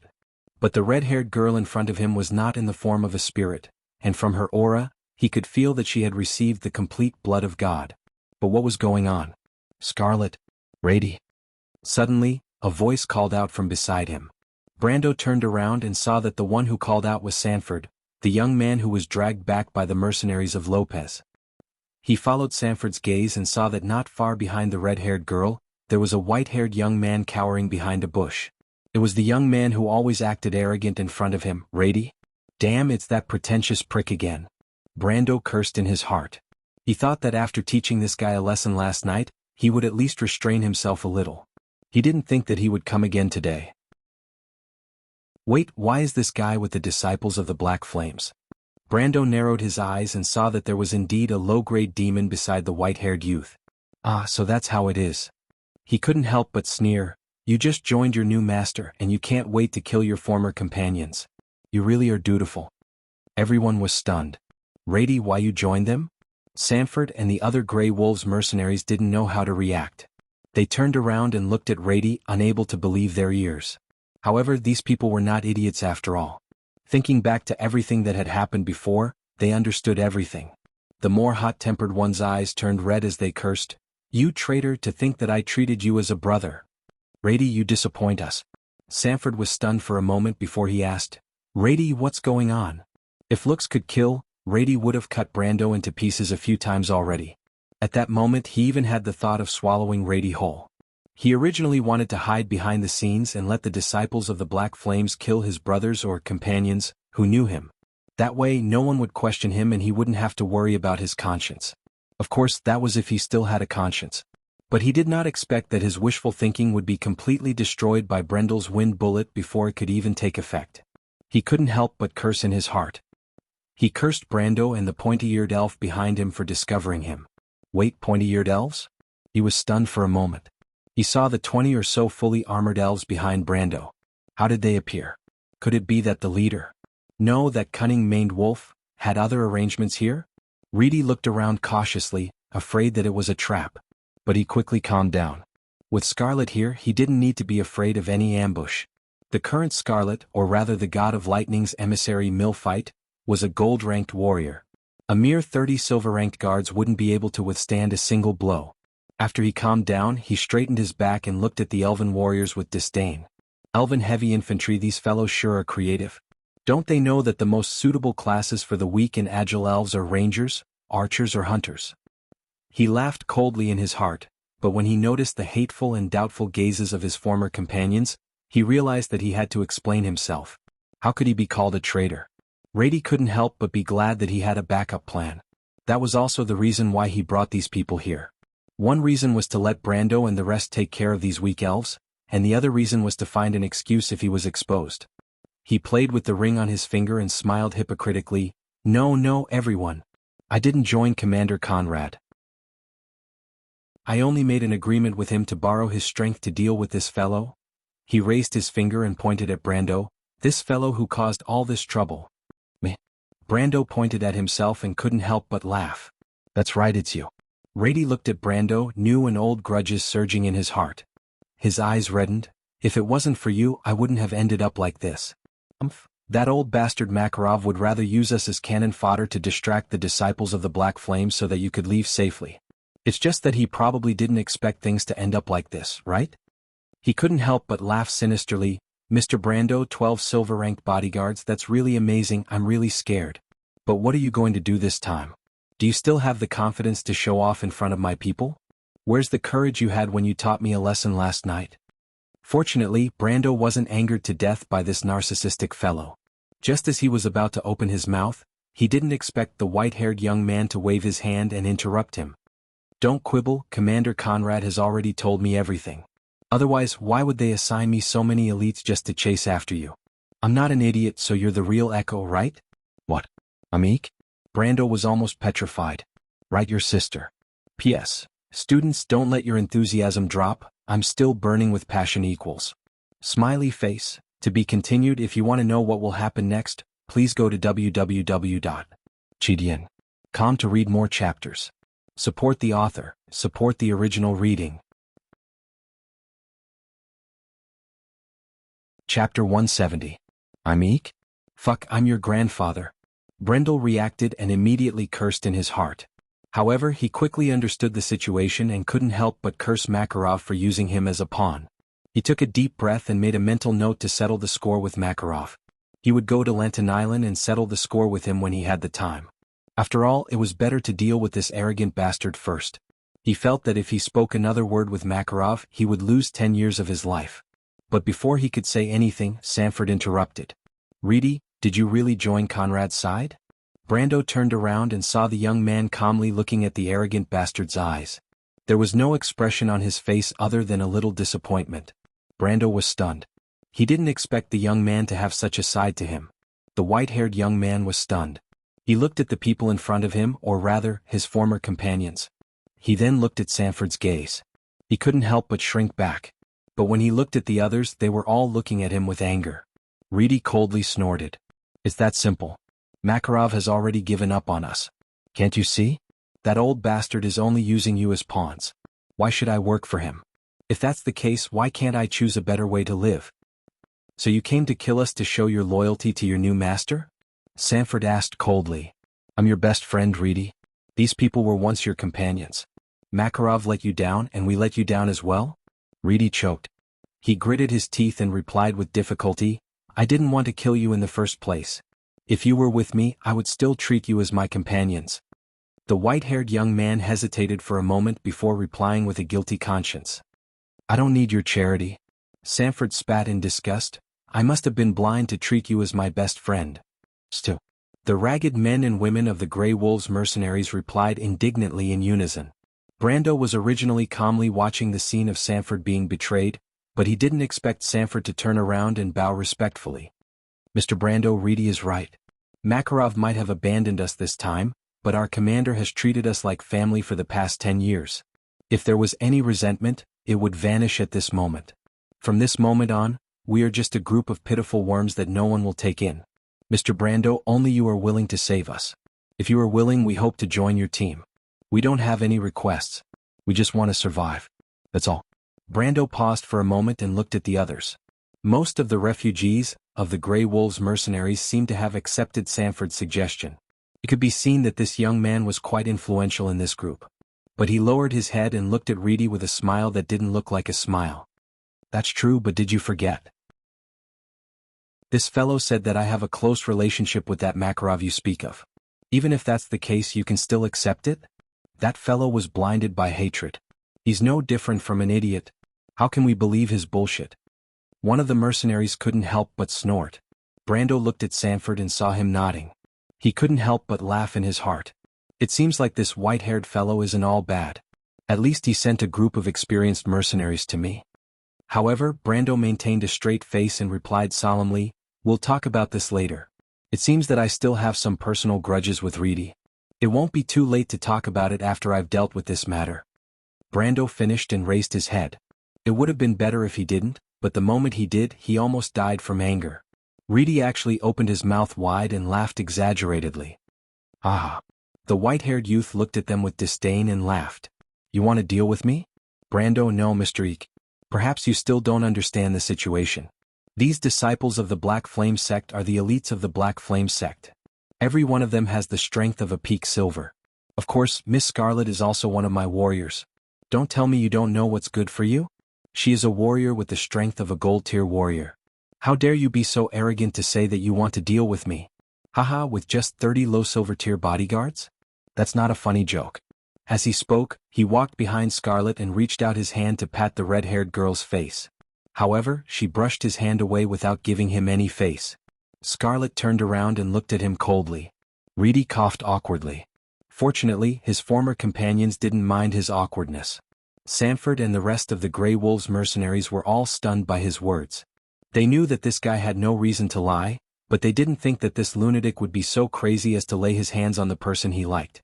Of course, they wronged their white-haired classmate. After all, Scarlet's transformation was done by the Dark Bishop. Even if he wanted to, he didn't have the ability to do so. But on the other hand, they didn't expect the disciples of the Black Flame sect to be all silver-ranked fighters. There was even a gold-ranked fighter eyeing them covetously. Even though the gold-ranked fighter used to be their companion, the red-haired girl didn't seem to recognize them. The Grey Wolves mercenaries couldn't help but take a step back. Are we really going to die here today? They subconsciously looked at their new boss, but what they saw stunned them. The young businessman was still in the mood to comfort his female companion at a time like this. It's fine. Don't mind that egomaniac. Brendel turned around and patted Romaine's cheeks. He used a reassuring tone and said, "Don't worry about it. I don't care about him. What are you doing? Don't touch a girl's face." Romaine raised her eyebrows and quickly blocked his hand with a red face, not allowing him to take advantage of her any further. She defended herself loudly at the same time. The mercenaries of Lopez were already used to it. They didn't like the egomaniac for a long time. They looked at Brendel, then at the 20 or so silver elves behind him who were standing still like wooden blocks. They knew who was going to be the unlucky one. Their lord looked righteous on the surface, but he was full of evil tricks. How could he be so easily taken advantage of? But the Grey Wolves mercenaries who didn't know what was going on were petrified. They screamed in their hearts, Hey sir, do you understand the situation? We are facing a group of silver-ranked fighters and a gold-ranked fighter." But Brando's indifference had the desired effect. Rady's body trembled with anger. He was not usually so arrogant, but the humiliation that Brendel and Conrad gave him last night had finally exploded. He couldn't help but bark like a mad dog, "Go and kill them. No, leave that young man alive. I want to let him know the consequences of offending me." After he shouted, he finally calmed down, "And those two women, leave them alive." After he gave the order, he couldn't help but lick his lips. But Brendel turned around at this moment and raised his hand. Wait. Rady was stunned. He had already given the order. Wasn't it a little too late to beg for mercy? He looked at the disciples of the Black Flames mercenaries who rushed forward as if the person in front of them wasn't their enemy, but their father's murderer. There was no room for them to stop. The white-haired youth was stunned for a moment. He thought that this was good. He wanted to see if the other party knew the meaning of fear. "I'll let you pretend." He cursed in his heart. The Grey Wolves mercenaries' faces darkened. Their hands and feet turned cold. But even so, these soldiers still picked up their weapons in fear and trepidation, preparing for the last fight. At worst they would die. They were the Grey Wolves mercenaries. Even if they had only used this name before, they could not go back on their promise and let this name be covered in dust. Rady widened his eyes as if he wanted to see the end of these people who went against him. But he immediately saw that when Brando raised his hand, he only said one sentence with a smile. It wasn't begging for mercy. Rady took a long time to react. The meaning of that sentence was, "Unfortunately, you're too early." "I'm too early?" The white-haired youth was stunned. What does that mean? Did he lose his mind from the shock? However, Rady quickly changed his mind. He saw the young man raise his hand and wave it down.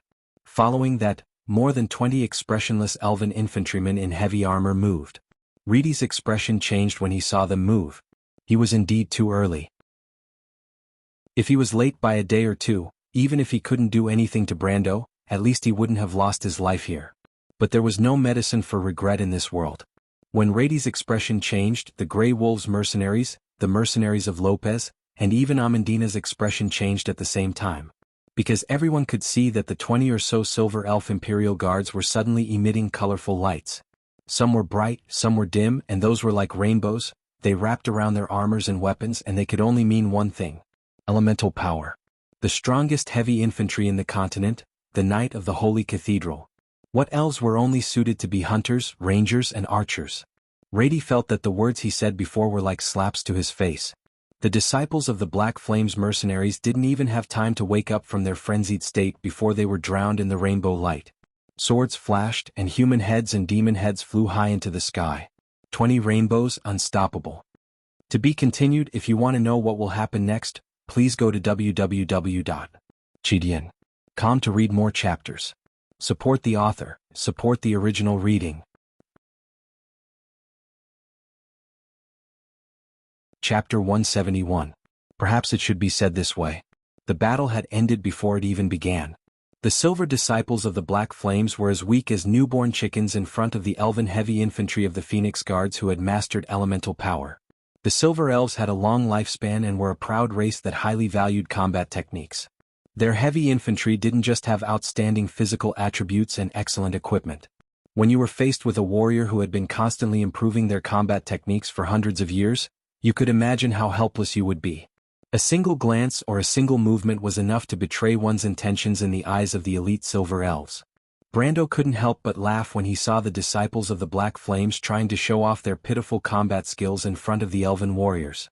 Even with his experience, he didn't dare to be rash in front of these true combat machines. To the silver elves, combat was an art and the pursuit of beauty. Vulgar, so vulgar. The silver elves couldn't believe that after hundreds of years, the servants of darkness would use such crude combat skills to fight against them. 7 centuries ago, the Dark Dragon, the Myurnas, and the other servants were the strongest enemies of all intelligent beings. They had the most advanced civilization, the most advanced magic, and the most amazing combat skills. They had never been hostile to civilization because the cruel and dark rule represented the most advanced civilization in the world. The combat skills of the servants of darkness were so fascinating that many of their brethren joined the darkness. Who would have thought that after just a few hundred years, they would have regressed to this extent? No, this wasn't even combat skills anymore. It was simply unbearable. The disciples of the Black Flames obviously didn't expect that their final resistance would provoke the anger of the Silver Elves. In fact, it wasn't just them. Perhaps other than Brando, everyone present was ashamed of the Silver Elves' opinion. That's right. After the War of the Holy Saints, civilization didn't improve. Instead, it was regressing. The supreme power that both sides of the war possessed had long become a legend. But no matter what the others thought, the dust had already settled before the battle truly began. In the blink of an eye, the disciples of the Blackfire sect had turned into cold corpses on the ground. Black blood flowed out from the headless and cold bodies and spread along the uneven ground in the forest like a network of black blood vessels. The white-haired young man seemed to have been nailed to the ground by an invisible force. His mouth was wide open and he couldn't utter a single word. After a long while, a crisp sound was heard. Everyone subconsciously turned their heads and saw that it was the big man from the Grey Wolves mercenaries. His great sword had fallen to the ground with a clang, but he didn't seem to realize it. He was looking at the elven royal guards who had stopped and regrouped with a shocked expression. The Grey Wolves mercenaries couldn't help but look at Brando in shock. What kind of person could have 20 holy knights as guards? Could it be that this young man was actually a prince of Kurlutz and was just passing by? Although this speculation was a little ridiculous, it seemed that the former was more acceptable than the fact that 20 living paladins appeared in front of him. But just as everyone was in a daze, the red-haired girl put down her spear and stood between the elves and the white-haired young man. Her intention was clear. She didn't want to let these elves kill Reedy. The red-haired girl looked up and pursed her lips. Her expression was solemn. She already knew that she wasn't a match for any of these elven warriors. But even so, the battle intent in her eyes didn't subside. She lowered her center of gravity slightly and leaned forward. She was already in a fighting posture, like a female leopard that was about to go berserk. Scarlet. The girl's action was too familiar. It almost made Sanford and the others think that she was still the Scarlet of the Grey Wolves mercenaries. Scarlet, that bastard is a traitor. Why are you still protecting him? The burly man couldn't help but shout. Only this once? The red-haired girl gritted her teeth, but she shook her head as if she wanted to get rid of the thought. Only this last time. I can't watch him die here. Scarlet? Reedy was stunned. This time he could see the shadow of the Scarlet in the girl's back. Get out of here. The red-haired girl shouted angrily, Go find Lord Conrad. Rady was stunned for a moment before he came to his senses and scrambled to run away. But Brando's eyes flashed with a trace of surprise when he saw this. With his rich experience, he instantly caught the struggle of the Crimson Knight. It was a rejection reaction. This meant that the girl's consciousness hadn't completely disappeared. What she said before was completely based on her own consciousness. Otherwise, why would a cold and emotionless being like an oracle take the initiative to protect another person? This meant that the oracle was still in her newborn form. When Brando realized this, he suddenly understood why the Crimson Knight turned into a ghost knight. He couldn't help but give her a thumbs up in his mind. She was willing to sacrifice her existence to fight against the invasion of the blood of God. This girl really has character. Thinking of this, he couldn't help but respect her. But respect was one thing. He couldn't let that disgusting narcissist escape. Brando wasn't the kind of person who liked to let a tiger return to the mountains. That bastard was obviously not going to let him off. Who knew if he would turn into an Ultraman and cause trouble for him? Even if he didn't have a protagonist's aura, what if he hurt the Roman or the people around him? Wouldn't it be too late for regrets? He decisively made a hand gesture. His meaning was clear. Knock that girl out and kill that bastard behind her. The elven commander beside Brando was slightly stunned. For the first time he looked at the young lord in surprise. The hand gesture that Brando made was not simple. It was one of the hand gestures that the ancient commanders often used in the War of the Holy Saints. These hand gestures had developed to a considerable extent. In this era, there weren't many people who knew the hand gestures from 7 centuries ago. But being surprised was one thing. The commander's face was cold and he quickly passed down the order in a professional manner. There was no doubt. Wanting to escape from the care of 20 holy cathedral knights was obviously a fantasy. Even if there was a gold-ranked existence supporting from the side, the result would still be the same. Balagon, a ruin left behind by the Silver Elves before the glorious year. The Lizardman commander, Hugel, occupied the largest hall in the ruins. This hall was probably used by the Silver Elves for worship and important ceremonies. But like other buildings after being abandoned for centuries, this once majestic hall had become dilapidated. Perhaps it was due to their instincts, or perhaps due to their incomplete evolution, the lizardmen were still unable to break away from their close relatives' habits. Hugel himself still maintained a strong sense of territory. He had long regarded this hall as his personal property, and anyone who dared to touch it was tantamount to challenging his authority among the lizardmen bandits. But what made Hugel proud was that he had always admired his own sense of aesthetics. Compared to those smelly fellows, he naturally tidied up the hall like a true civilized person. The center of the hall was laid with a red carpet like it was a few hundred years ago. Around the red carpet were various furniture of different styles that were snatched from who knows where. These furniture were not stacked together in any particular order, but Hugel especially liked this aspect. He was the one who ordered his subordinates to stack these furniture together. This was so that he could admire them daily. When Conrad and the Dark Bishop of the Disciples of the Black Flames opened the door and entered the hall, the three of them snorted coldly. The Dark Bishop did not want to see these two annoying faces, while the Dark Bishop did not want to see the vulgar aesthetics of this undeveloped and simple-minded reptile. At the very least, the mercenary commander could not see the difference between this hall and a garbage dump. "Donald, I heard that you died there." Hugel straightened the collar of his trench coat, which he had snatched from a passing noble. His wrinkled face was filled with pity as he said, "What a pity it's fake news. It's only one. Let me remind you one last time, my name is Conrad." The mercenary commander was not in the mood to correct the strange crew's grammar that the lizard man had learned from somewhere. He only reminded the lizard man not to pronounce his name with a retroflex sound. "It's all the same." Hugel looked at the Dark Bishop behind him and said with a smug expression, "I thought that you wouldn't come." Conrad snorted coldly, "You used the excuse of investigating the tomb of the Silver Elven Kings, but I think you're quite content with being a bandit." He looked around. "The things you stole must be worth a lot of money, right?" The lizard man Hugel's frown deepened as he shook his head. No. Let's get down to business." "Then what did you discover?" "Yes, a little bit. But there's not much progress." Hugel shook his head. "We can't get close to the temple. But this thing can help me." He stretched out his skinny hand and shook a necklace. "Wizard, I need some." Conrad and the Dark Bishop looked at each other. The lizard man Hugel was using the excuse of investigating the tomb of the Silver Elven Kings to act as the local tyrant. Everyone thought so, but they did not expect him to really be here. But now was not the time to be anxious. The mercenary commander reorganized his speech and said, "That's not a problem, but we have something we need your help with." "I've already helped you once," Hugel said unhappily. He had already attracted the attention of the other adventurers when he sent the message to the Grey Wolves mercenaries. "There are benefits for you," the Dark Bishop said in a low voice. "What kind of benefits?" "A big fish." Conrad's expression was solemn. "Pop!"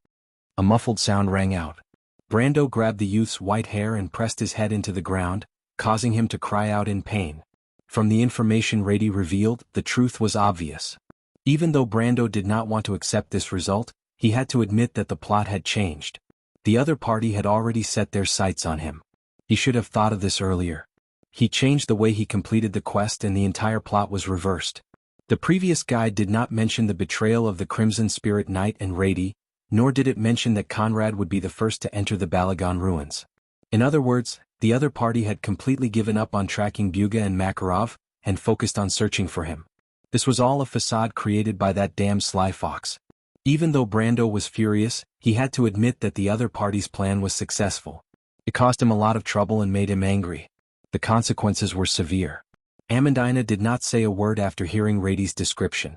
After a long while, she suggested, "Should we retreat temporarily, my lord?" But Brando waved his hand. If they wanted to cause trouble for him, they had to be prepared to pay the price. Well, this plot seems to be the final path to 100% completion. I want to see how powerful these disciples of the Black Flames are. Isn't it just a plot with the highest completion rate? Brando thought to himself. It's not like I haven't experienced it before. I want to see how Lady Martha plans to reward me with this completion rate.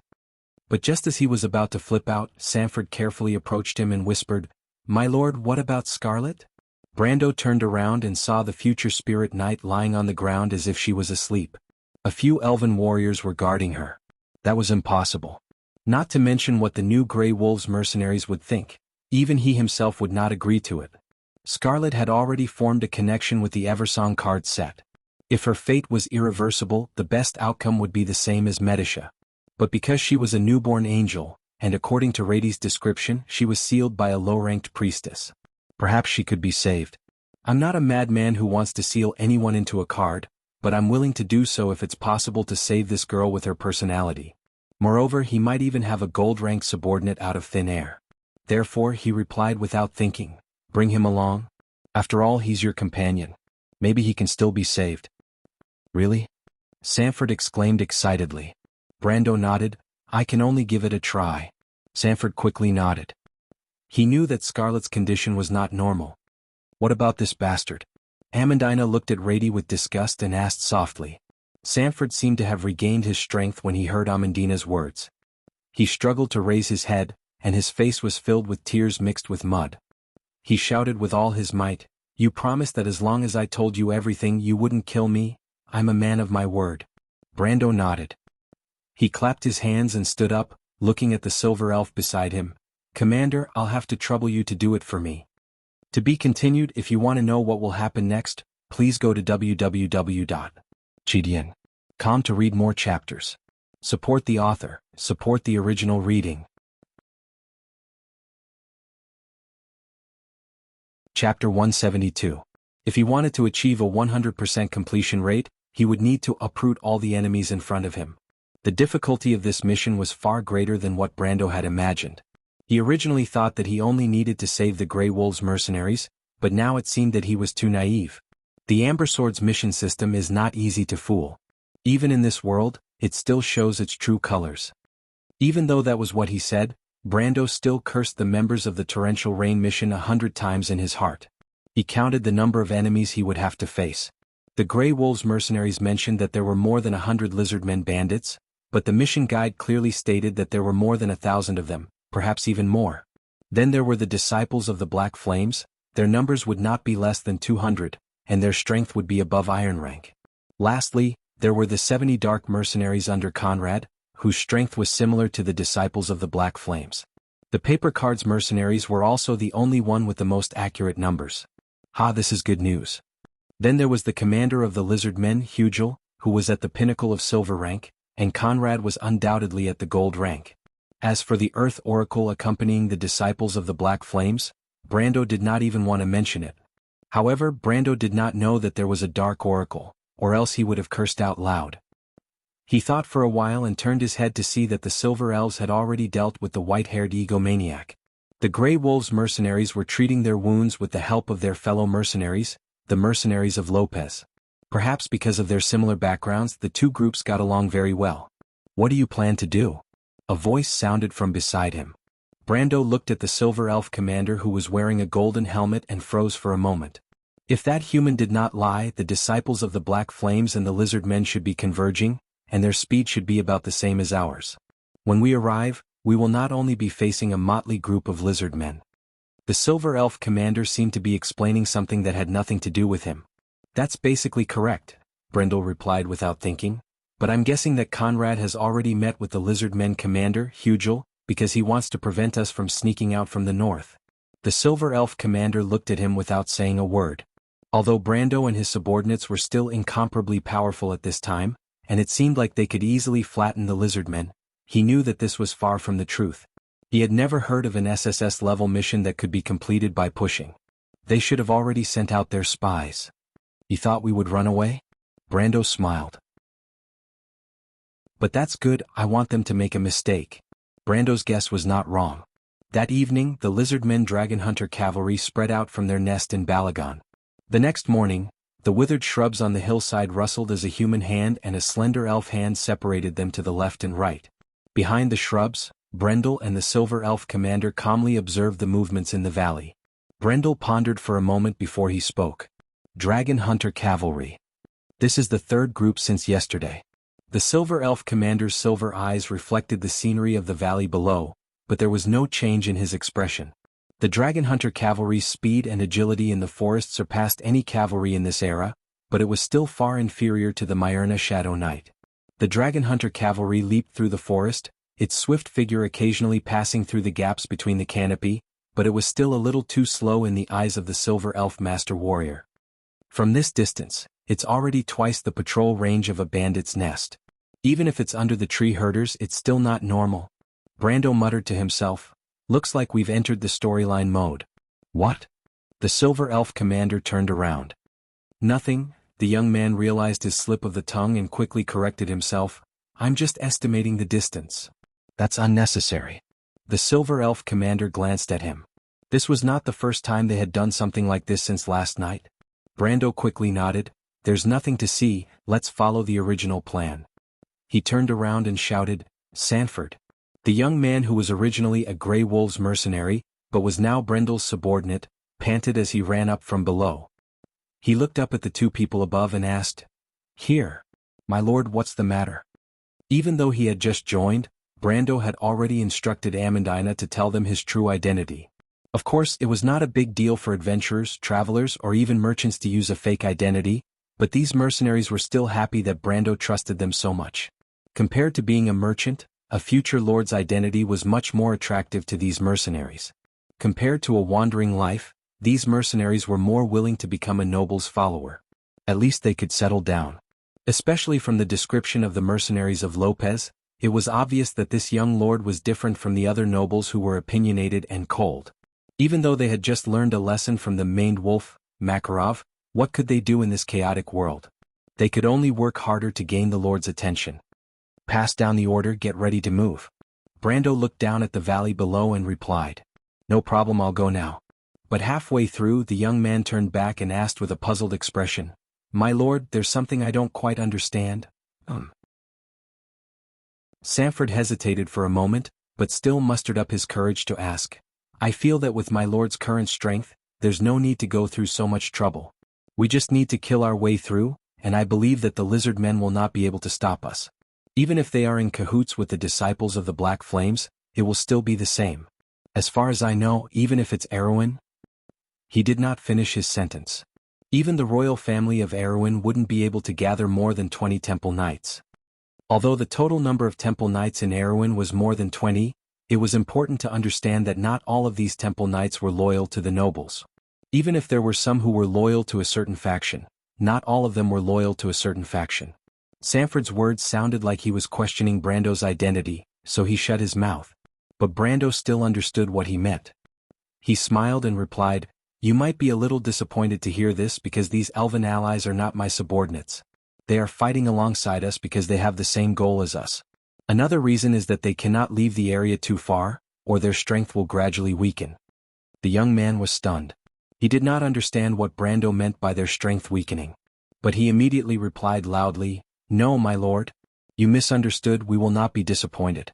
Did you forget that when we pledged our loyalty to you yesterday, it was not because of your strength? It was because we wanted to repay you for helping us. So, no matter whether we are Grey Wolves mercenaries or former Grey Wolves mercenaries, we will not go back on our words." But he immediately asked, "But these elven allies are temple knights, right? Even if their strength is weakened, is it really that strong?" When he saw Sanford's expression, he knew that there was a problem with his understanding. Sanford could not be blamed. Indeed, according to normal people's understanding, even if a temple knight's strength was weakened by half, they would still be able to maintain their strength at the peak of the gold rank. 20 gold rank pinnacle warriors were indeed enough to sweep through this region. But things did not go as planned. There was something called the level system in this world. Reducing one's strength by half would only reduce one's level by 1 level, but reducing one's level by half would have a huge impact. Unfortunately, the damned altar system really did reduce their strength in such a way. The elven guards were level 60 normal units at their peak. With half of their strength deducted, they would become level 30 normal units. Not to mention that they were at the pinnacle of the gold tier, even silver tier would have a hard time maintaining their strength. 20 silver rankers could easily wipe out the lizard men, but the problem was that Conrad and the Angel of the Earth would be in big trouble. That was why he had to find a way to break through their strength. But it was difficult to explain, so he simply waved his hand and replied, "Don't worry, go and pass down the order. Trust me, I will bring you victory." The young man was stunned for a moment before he nodded. The elven commander watched Sanford's figure disappear into the forest. He then turned around and looked at Brando with his silver-gray eyes. "Human, I didn't expect you to be so arrogant." "It's confidence." Brando raised his head and corrected him. "Remember, this is not the battlefield of the War of the Holy Saints. It is also not the era where all the talented commanders overshadowed all conventional tactics. Of course, perhaps in the near future, this continent will usher in that era again, but not now." He raised his head and looked at the forest in the north. "Now, in this place, I believe that no one has the ability to take victory away from me. I'm telling you this as a veteran commander. Commander, you can record it down." The elven commander looked at him and lowered his head to take off his golden helmet. When he raised his head again, he revealed a handsome and indifferent face. "To be honest, I don't understand." The other party replied as such. "You said that, perhaps in the near future, this continent will usher in that era again." The silver elf turned his face to the side. His cold profile was so beautiful that it would make any woman jealous. He asked, "You mean that the dark dragon will return to this continent?" "No, that's another matter." "Are you so sure, human? Can you see the future?" It was another cold question. Brando was stunned. How could this guy be so good at finding loopholes? The game development team might as well hire him to catch bugs. But he hesitated and said, "It's not foresight, it's a premonition. If you don't believe me, when the time comes, I will return to this place and tell you what happened in the outside world." He didn't know why he said this, but perhaps some secrets had been kept in his heart for too long.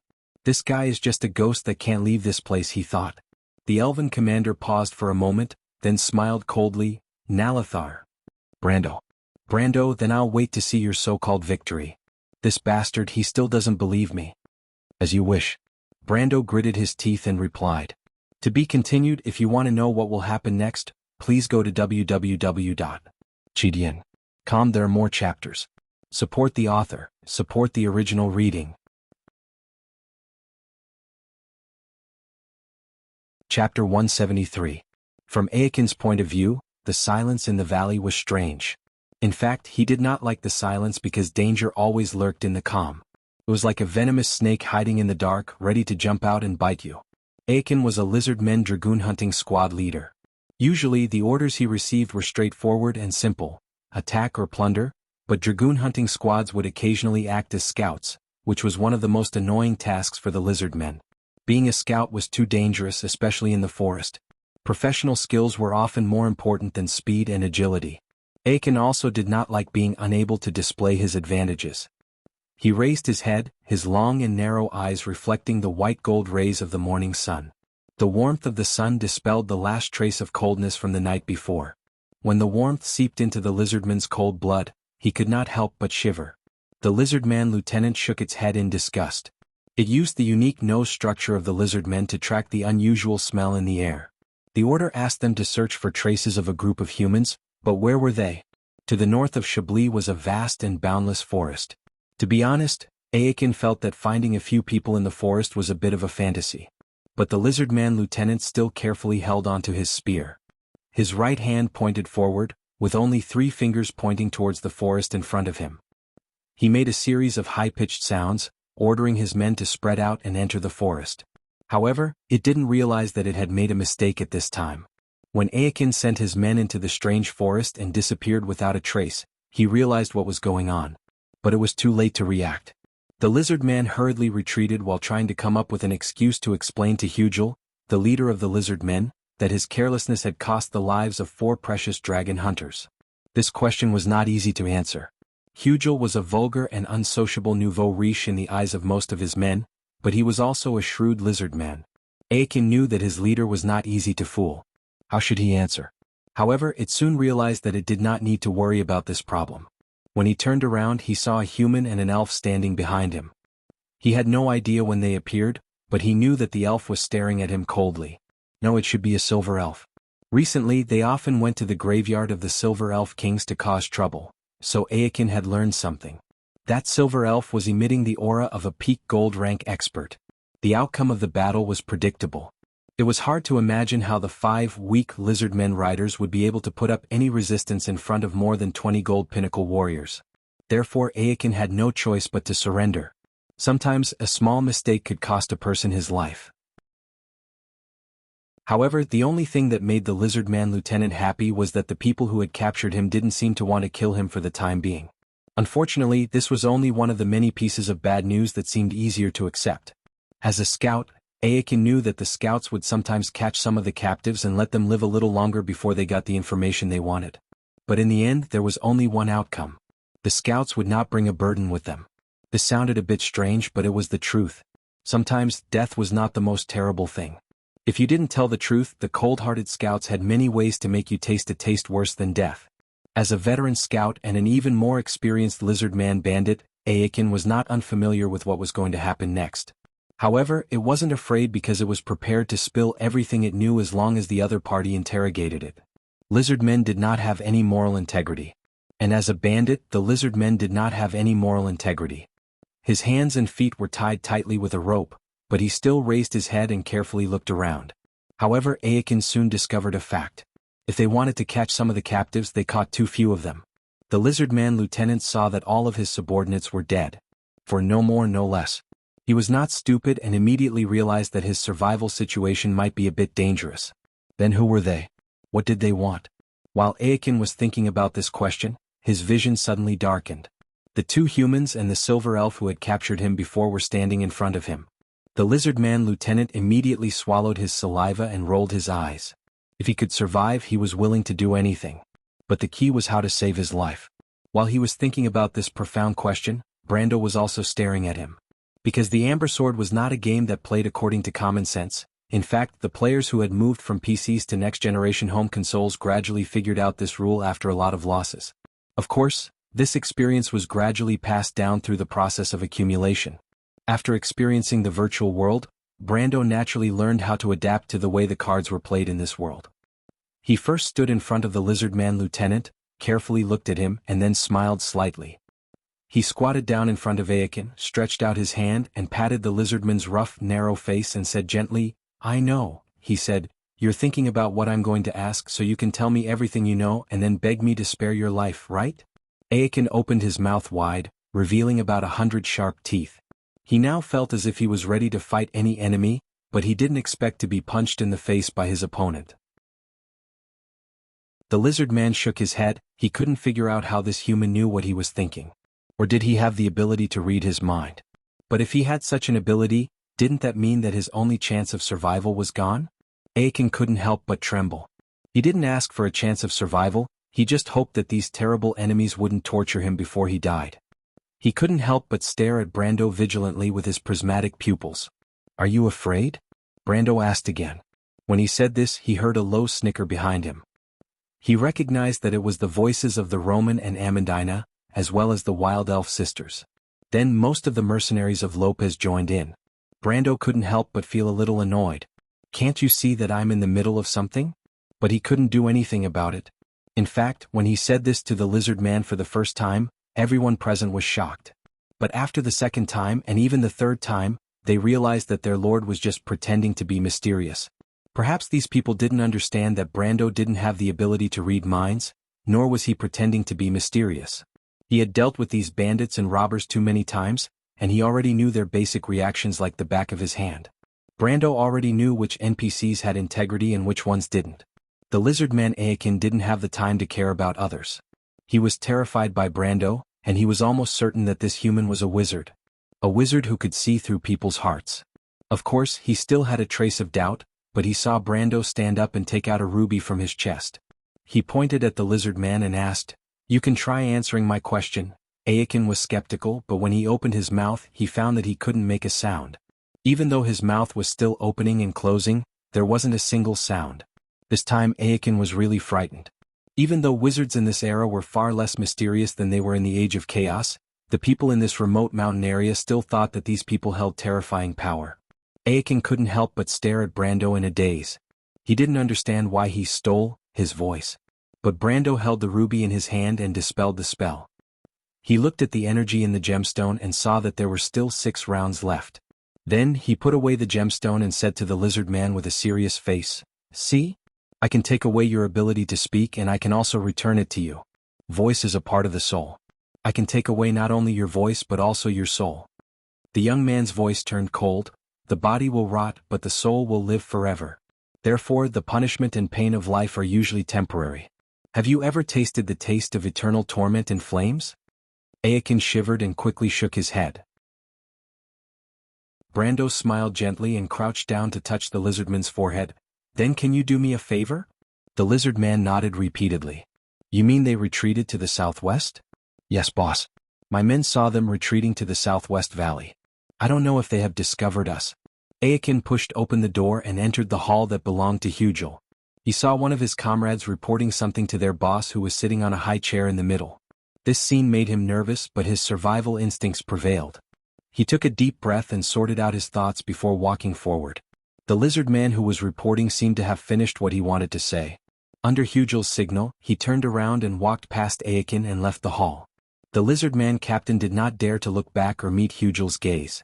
He could only lower his head, but from the number of boots on the carpet, he could tell that there were 2 other people in the hall. In fact, he knew these 2 people.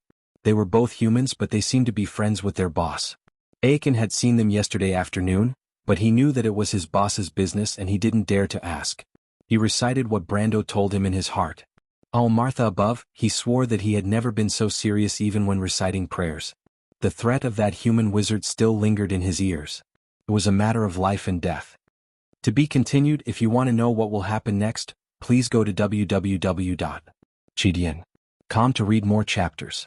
Support the author, support the original reading.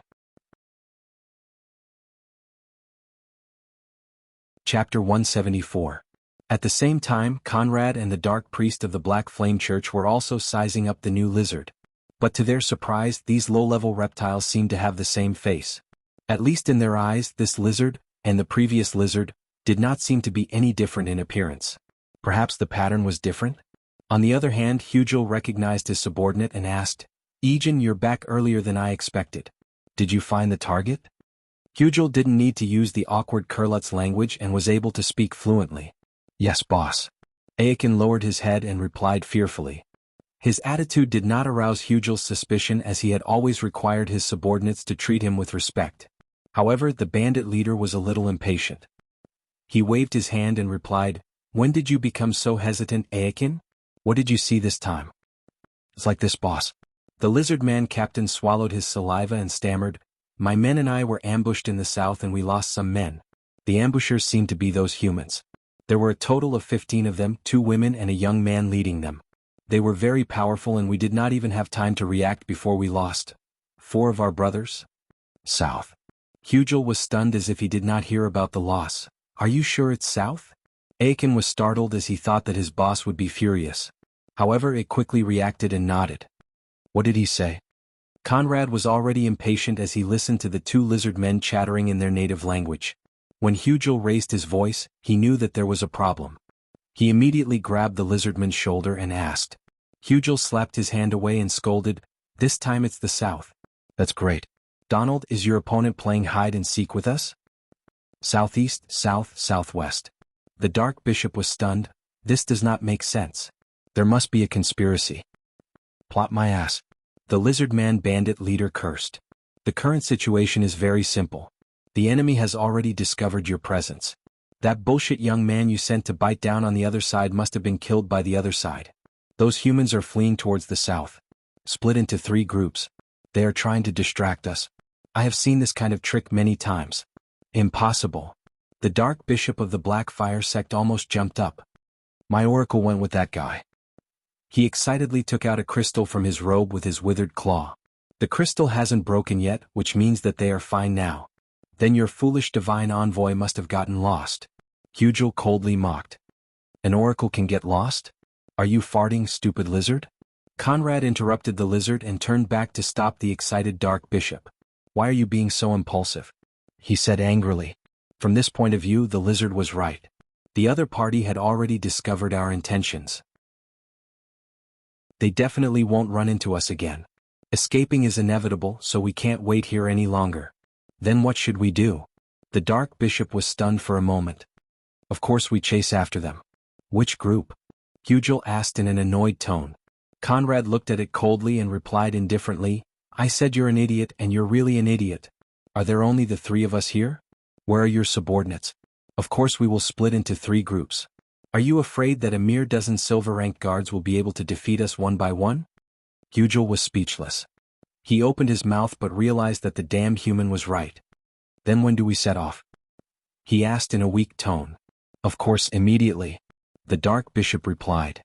"No," Conrad stopped him, "we will wait for you and my men to arrive. We will set off at night." "You are too cautious, Conrad. This is not good."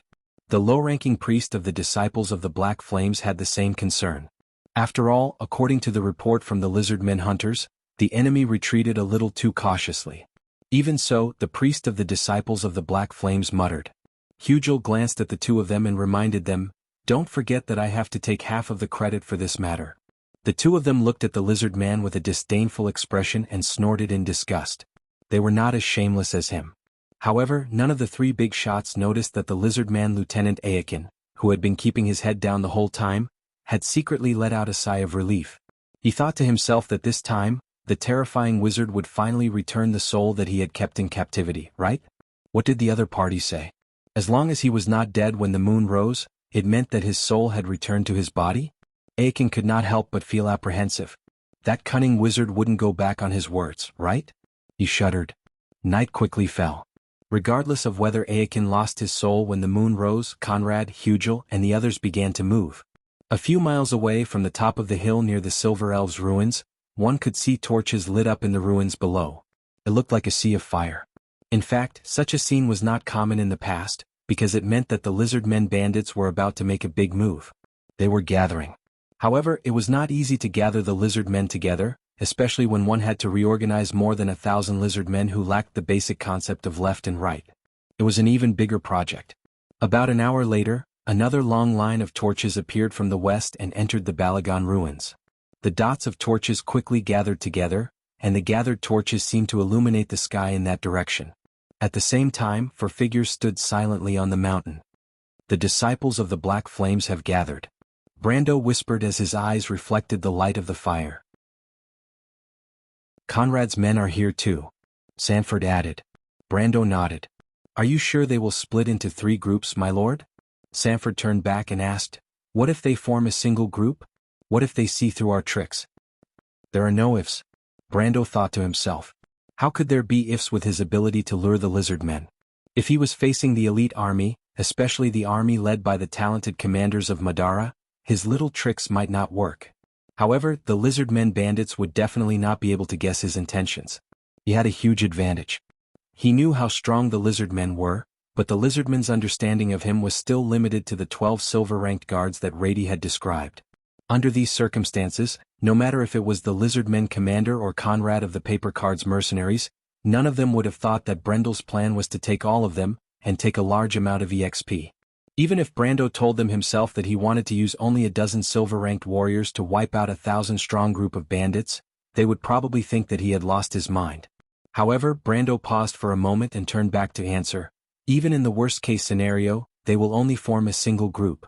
But that is still better than us killing our way here. Remember, they are the hunters and we are the prey. In a hunt, the prey will always be the one deciding the direction, not the hunter. Sanford nodded in silence. The elven commander still stood at the side with a cold expression. At this distance, his strength was greatly limited. In truth, he could not see much more than Brando. The last person beside the three of them was the merchant girl. The Roman did not have the same direct understanding of the torches at the foot of the mountain. On the contrary, she felt that the torches were beautiful. They gathered together in the darkness and reflected in her eyes. It was like a painting made of flames, and she felt that it was exceptionally beautiful. However, Brando did not call her here just to see the fireworks. Soon, the torches began to scatter and finally separated into 3 straight lines. "My lord, you guessed it right." Sanford's eyes lit up as he exclaimed in excitement. However, his expression suddenly turned gloomy. Brando's confidence reminded him of Makarov. If there was one person who could always lead the Grey Wolves mercenaries forward, it would definitely be Makarov. But it was a pity that the so-called forever was just wishful thinking. Compared to Sanford's emotional fluctuation, Brando was not surprised at all. The drama had just begun. He pointed down and asked, "Roman, can you see what the leaders look like?" Sanford and the Silver Elf commander were stunned. How was that possible? They were at least 7 to 8 miles away from the ruins of the Silver Elves. Looking down from the top of the mountain, the torches were as dim as fireflies, not to mention the people holding the torches. However, they immediately realized that the young lady who was with them was not an ordinary person. The Roman immediately nodded and said, "Of course you can. There's a group of people on the left and the one in front looks like a lizard, Brendel. That's the lizard man commander, Hugel. Continue." Brando glanced at the Roman. He knew the merchant girl's ability very well. The last time she was in Fortress Reden, she was able to see Madara's army clearly even in the starless night. Now, with the moonlight and the light from the torches, it was easy to see the enemy's appearance. Then there's the one in the middle. The leader is a human. He's a young man wearing leather armor. There seems to be a strange thing following him. The Roman described the strange thing in detail. Brando immediately said, "Conrad and the Angel of Earth. Strange, the two of them are together." "Then who's the leader of the third group? The young Roman?" Romaine nodded as her gaze fell upon the third group. She then described what she had seen to them. "They're wearing long robes? Black with a few red stripes?" "I can't see clearly, Brando." Brando muttered, "It's the Dark Bishop of the Blackfire Church. I didn't expect there to be such a person. It seems like the one who cursed Scarlet was him. I don't know how high his rank is, but according to Rady, he shouldn't be higher than the mid-ranked." "Then, my lord, should we continue with the original plan?" Sanford asked. That was a problem. Brando's original plan was to get rid of the Angel of Earth, but now that the Angel of Earth was with Conrad, it would be a tough battle. Of course, the tough battle was secondary. He was afraid that he wouldn't be able to keep the Angel of Earth here. If he let the Angel of Earth escape, it would be troublesome. It was not impossible. The Angel of Earth was at least a LVL 50 boss, which was equivalent to a LVL 65 normal monster. In other words, the Angel of Earth was at least 5 levels higher than the Silver Elves under him. With the gold-ranked Conrad supporting them from the side, it wouldn't be easy to keep them here. Luring the Angel of Earth would only work once. The Angel of Earth was not an idiot who would fall into the same trap repeatedly. That was why he had to get the most out of it this time. Brando stroked his chin and felt a little troubled. What should he do? Killing the lizard men and the Dark Bishop didn't seem to affect him at all. But wait, the Dark Bishop? Another thought occurred to him at once. What the devil? That was the Dark Bishop. What was a Dark Bishop? Wasn't that a Dark Elementalist? Brando almost wanted to hit himself on the head. He felt that he was really an idiot. He didn't realize that killing the Dark Bishop would give him a lot of Dark Elemental crystals. Indeed, the Dark Bishop of the Disciples of the Black Flames was called a pauper by the players in the game because he would not drop anything other than Dark Elemental crystals when he died.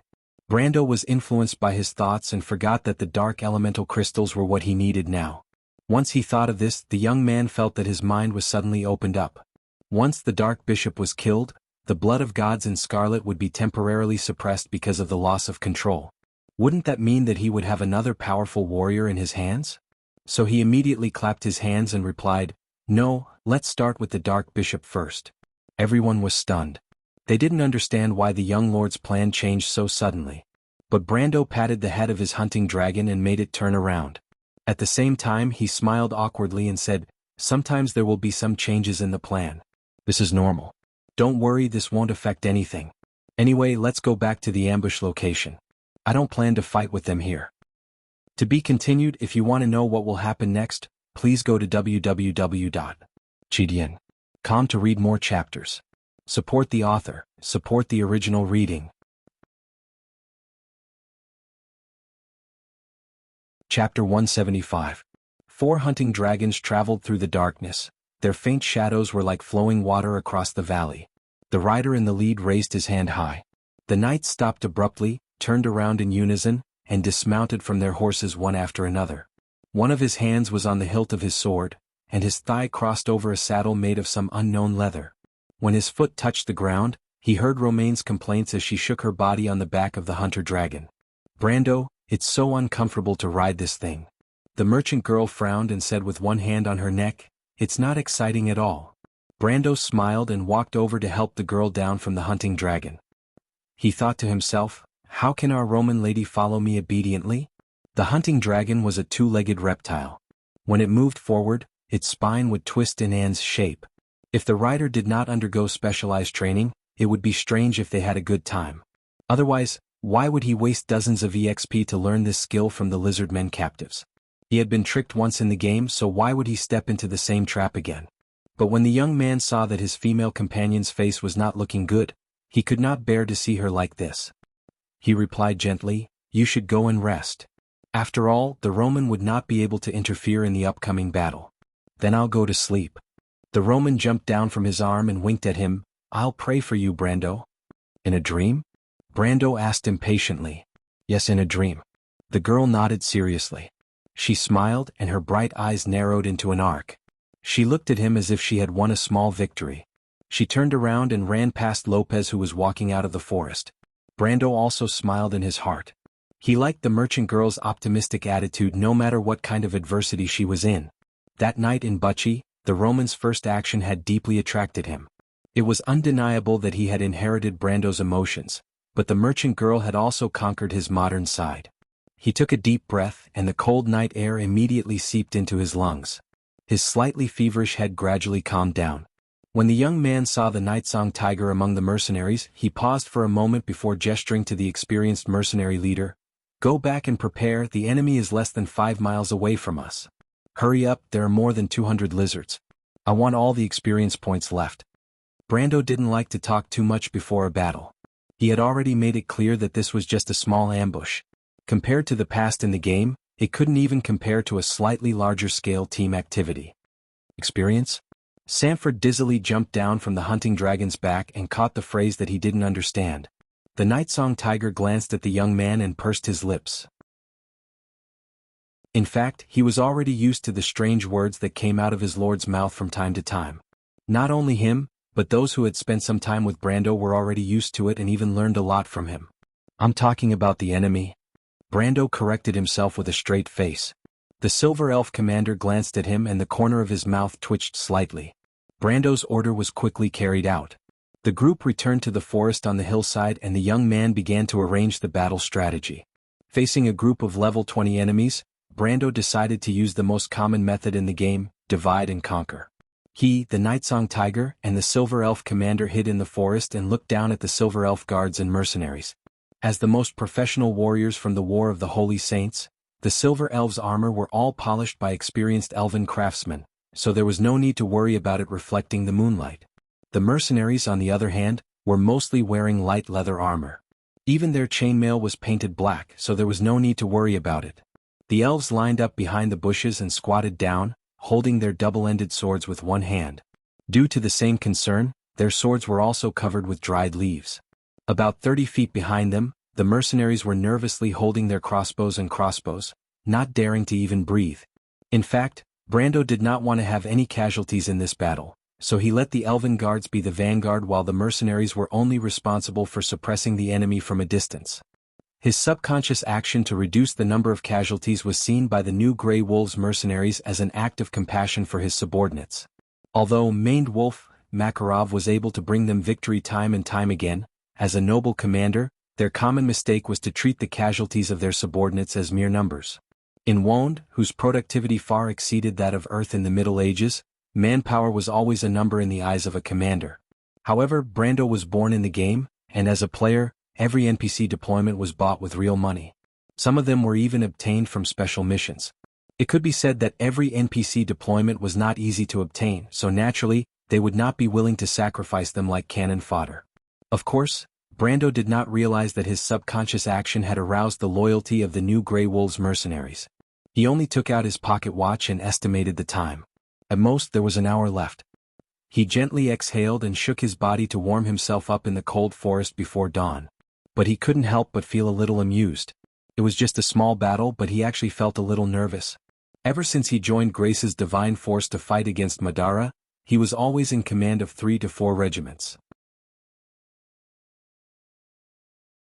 What kind of big battle had he not seen before? Even before he transmigrated to this world, he was still laughing at those timid newbies. He did not expect that one day he would be acting like a newbie in his first battle. But even though he thought so, he could not help but feel his blood rushing through his veins when he looked through the forest that was bathed in white moonlight. This was not his first battle in this world, but it had been a long time since he hid in a forest all night just to wait for members of an enemy guild to pass by. He looked at the green numbers that were constantly changing in his vision. He knew that thing. In the game they called it the distance calculation tool. It was used to calculate the casting distance and shooting distance penalty. But at this moment it seemed so unreal. Brendel paused for a moment, and decided to familiarize himself with his stats. Strength 19. 4 plus 0. 1. Dexterity 10. 9 plus 1. 1. Vitality 21. 2 plus 2. Intelligence 1. 1 will 3. 6 plus 1. Wisdom 3. 9. Asterisk in brackets, equipment or other sources of attributes have been included in the total attributes. His attributes were infinitely close to the strength of a silver tier. Just one more level and Brando was confident that he would be able to enter that realm. However, compared to his basic attributes, his skills were much stronger. In this life he was in a much better situation compared to his previous life. The White Raven Sword style and Strength Burst could be said to be one of the few skills that provided the greatest boost to a combatant in the early stages of the game. Brando could not imagine how he survived when he was only level 20 in his previous life by relying on a few basic skills. One must know that at this moment, with his experience and skills, it was easy for him to fight against enemies of the same level. He estimated his true strength. Even if he did not rely on his experience and skills, he could still reach the level of a silver tier. Of course, if he used his experience in the game, it would be impossible to measure. When facing different opponents, he might even be able to defeat a gold tier player. But for those who were difficult to deal with, sometimes experience and skills would not be of much use. Thinking of this, he suddenly turned around and asked, "Your battle skills came from the sacred land, right?" The silver elf commander was slightly stunned, and then looked at him with some vigilance. "Don't worry, I know your rules. I'm not interested in your elven battle skills, I'm just casually asking." Brando thought to himself. Of course I'm interested, it's just that I don't have enough reputation. Even if I tell you, you won't be able to learn it. The battle skills of the silver elves are tailor-made for my people, human. The silver elf turned around coldly. Brando despised the silver elf in his heart. He thought to himself that this guy who was as cold as an iceberg on the surface was also a hypocrite. If he did not know, it would be fine. Unfortunately, the silver elf commander probably did not know that he had learned the silver elf battle skills before, and more than one type. But of course the young man would not say it out loud. He just smiled. "Don't be so heartless. You're called Nalathar, right? You've experienced the War of the Holy Saints?" The silver elf glanced at him. He did not understand how the topic changed, but he still nodded. "Then have you learned any dark battle skills?" "I don't." Nalathar answered firmly and coldly glanced at Brando. His lips moved, but he held back. In fact, there was only one type of silver elf that had learned dark battle skills, and that was the dark elf army under the dark dragon. Although he thought that Brando was deliberately mocking him, the Silver Elf commander thought for a moment and told himself that it was an unintentional mistake. Very few people in this era would know the secrets of that era. But Nalathar did not know that Brando was one of those few. Although he did not know if he was still considered human in his current state. After all, a person's body would not have two souls, and there would be some strange numbers on his retina. Nalathar was silent for a moment and suddenly said, "Do you really want to learn something, human?" This time it was Brando's turn to be stunned. He opened his mouth and did not know how to answer. "You really want to teach? You're not playing with me, right?" Brando clearly remembered that the reputation of the Silver Elves was the hardest to raise. P.S. Previously, due to various reasons, I was not very supportive and did not have the face to ask for votes. Now that I've recovered, I can finally ask for some support. Everyone's support has really moved me to death. In just a few days, my monthly votes have increased by more than 400, and the number of friends who have tipped me has increased by 76. According to international practice, I should have a list to thank everyone, but I've never figured out how they did it. I have no choice but to thank everyone for their support. Although I can't list them one by one, I pay attention to each of them every day. Thank you again. To be continued. If you want to know the future, please go to www.chidian.com. Support the author, support the original reading.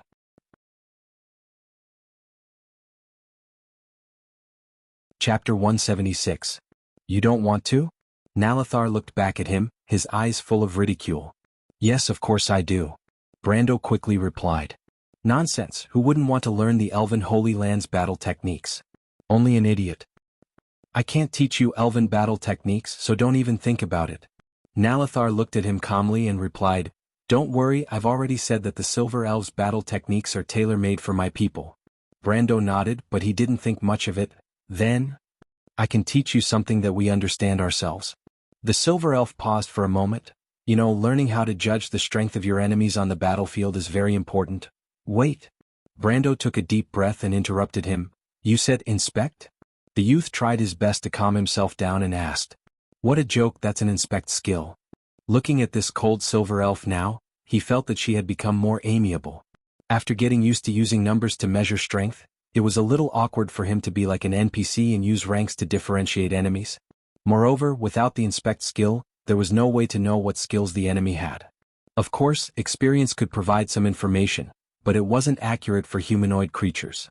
Brando wasn't arrogant enough to think that he could remember the skills of thousands of NPCs and their battle techniques.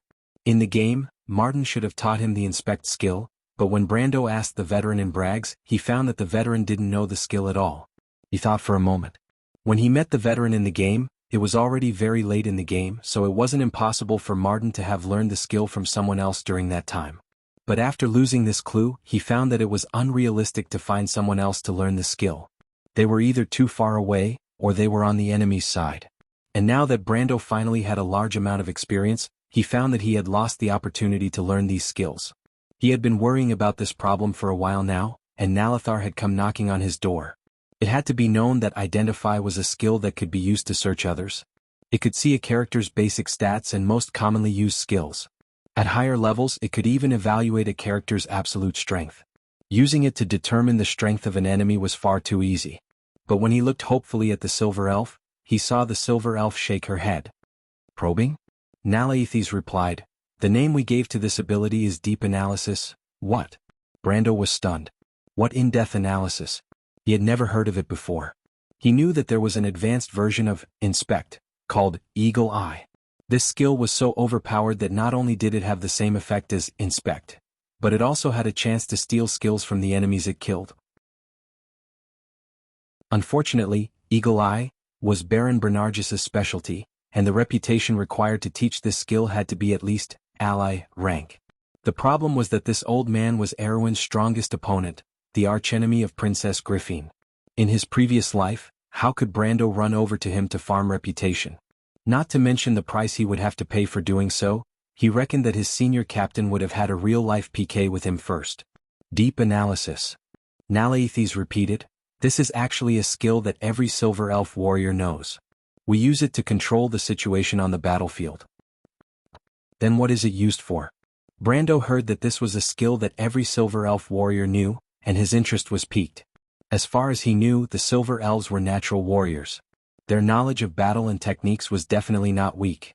The Silver Elf commander stared at Brando and replied, "I remember you said that you would bring victory to us.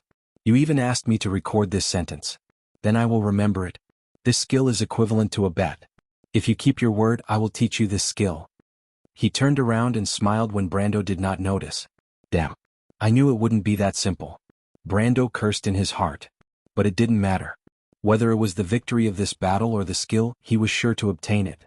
He wanted to know what kind of skill, deep analysis, was.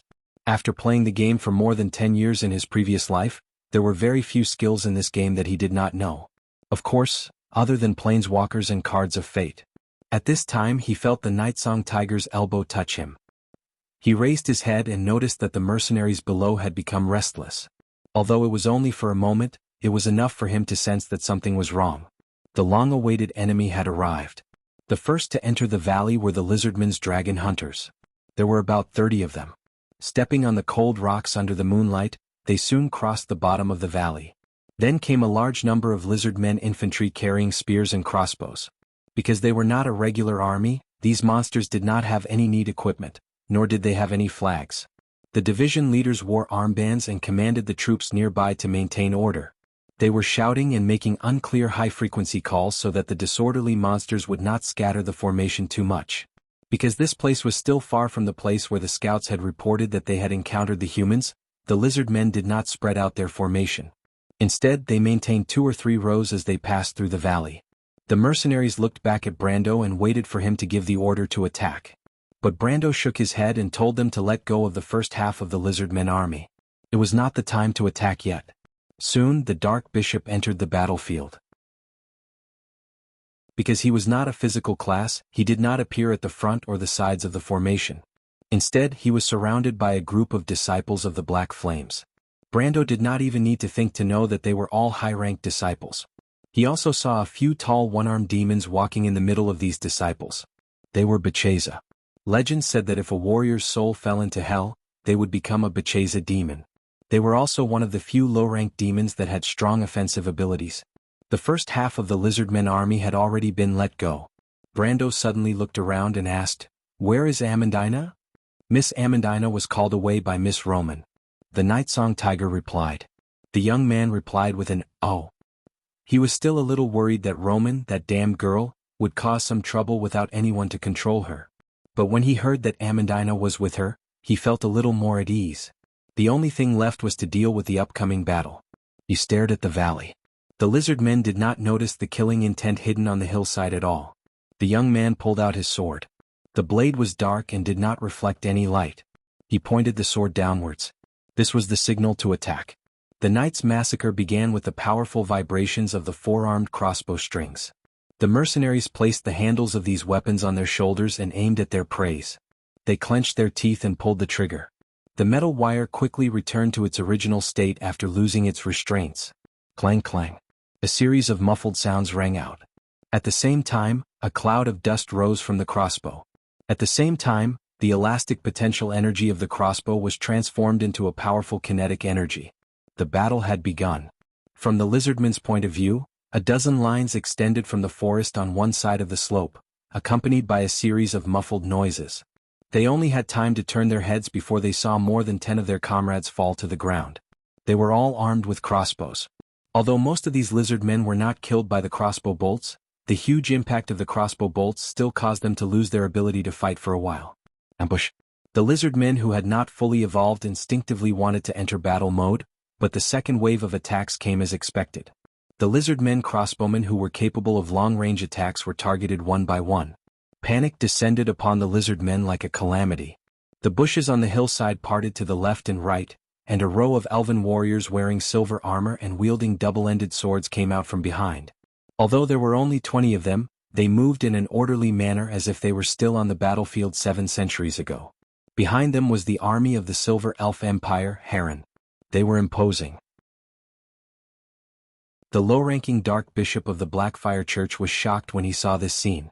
He thought that the Lizardmen's act of prying into the Silver Elf King's tomb had angered the ancient empire, causing this race that had been hidden for hundreds of years to reappear in this world. When the Silver Elf warriors appeared, he had the urge to kill that damned Hugel of the Lizardmen. What a joke. They were the Silver Elves who had won the War of the Holy Saints. The Dark Bishop felt his hands tremble when he saw 20 gold-ranked warriors. He hoped that the Lizardmen cannon fodder below could buy him some time, but it seemed that the situation would only get worse. When the first group of Silver Elves charged into the Lizardmen, the huge impact threw the skinny Lizardmen into the air. Even if they did not die, they would be heavily injured. The fully armed Elven heavy infantry directly opened up a path among the Lizardmen and trampled over the Lizardmen who had yet to get up. The battle was not constructive. Although the Lizardmen outnumbered the Silver Elves by 10 to 1, it was a one-sided slaughter for the Gold Elves against the Iron Elves. When the Elven guards charged forward, the mercenaries were reloading their crossbows for the third round of arrows. At this time, Brando, the Nightsong Tiger, and the Silver Elf commander also charged forward. The fastest of the three was undoubtedly Brando. The young man noticed that something was amiss from the start of the battle. Of course, it was not bad news. On the contrary, he noticed that his experience points were increasing rapidly. Logically speaking, although the mercenaries of Lopez and the Grey Wolves mercenaries were his summoned creatures and subordinates, the Silver Elves were the ones who dealt the most damage. These elves were his allies. In other words, they were in a party. Logically speaking, with so many high-level characters, the Silver Elves were level 40 at this time, the amount of experience points he could share should be very little. To be continued. If you want to know what will happen next, please go to www.gdn.com to read more chapters. Support the author, support the original reading.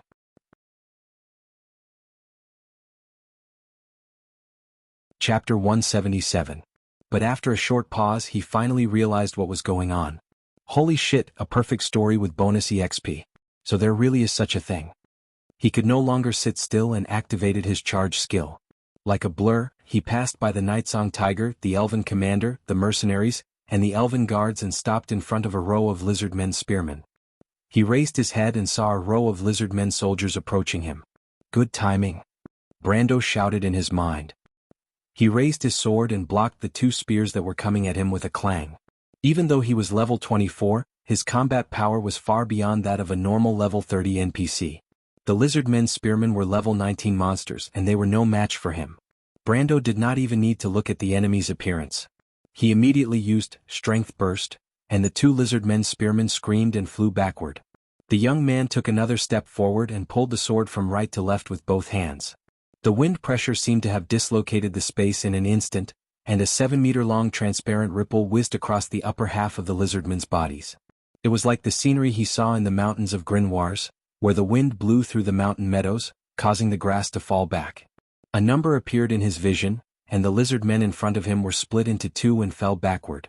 The scene was similar to the time when Medisha was chasing after him and the Nightsong Tiger, and the entire battlefield was silent. Wind pressure could be used to injure people outside of elemental activation, and only a few combat skills could do that. Medisha's Spirit Spear was actually a skill derived from the Ghost Knight, and the average Elven warrior would not be able to use it. Even a lower gold Elven warrior would not be able to use it. Only when they were at their peak and had activated their elemental activation would they be able to use it. Brando sheathed his sword and let out a sigh of relief. He had only killed 6 or 7 Lizardmen with his sword, but the impact was huge. He saw the morale value above the heads of the Lizardmen warriors close to him drop to a red alert value. Then, one after another, the Lizardmen warriors circled around him, forming a vacuum around him. This gave Brando time to check his experience points. He found that the 7 Lizardmen spearmen he had killed before had given him 60 experience points each. Normally, killing a level 19 monster would only give him a little more than 20 experience points. This was close to 3 times the amount he had gained in the game. Brando felt his blood boiling. He was already at 32007900 EXP, and he was only halfway to level 25. When the Silver Elves crashed into the group of Lizardmen, his experience had increased by more than 200 points. In addition, the 7 Lizardmen had given him 420 experience points. He estimated that if he killed another 20 to 30 Lizardmen, wouldn't he be able to level up? Level 25 was a watershed. Not only could he obtain a second talent, but he could also obtain a third-class skill that came with it. Moreover, once he reached level 25, he would have the strength of a silver tier. At the age of 19 he had the strength of a silver tier. This was already the standard of an enlightened one. I don't have to feel inferior when I see a genius anymore, right? Even though I've never felt inferior before, but I can't help but feel a little annoyed when I see geniuses running rampant in this era. Moreover, if a level 19 Lizard Man Spearman gave 60 experience points, then what about a level 22 Lizard Man Crossbowman and a level 23 Elite Lizard Man Warrior? Not to mention a level 25 Dragon Knight, a disciple of the Black Flame, and that Dark Bishop. When Brando thought of the Dark Bishop, he couldn't help but feel his blood boil. His eyes turned red and he couldn't help but look around, trying to find where the experience points were.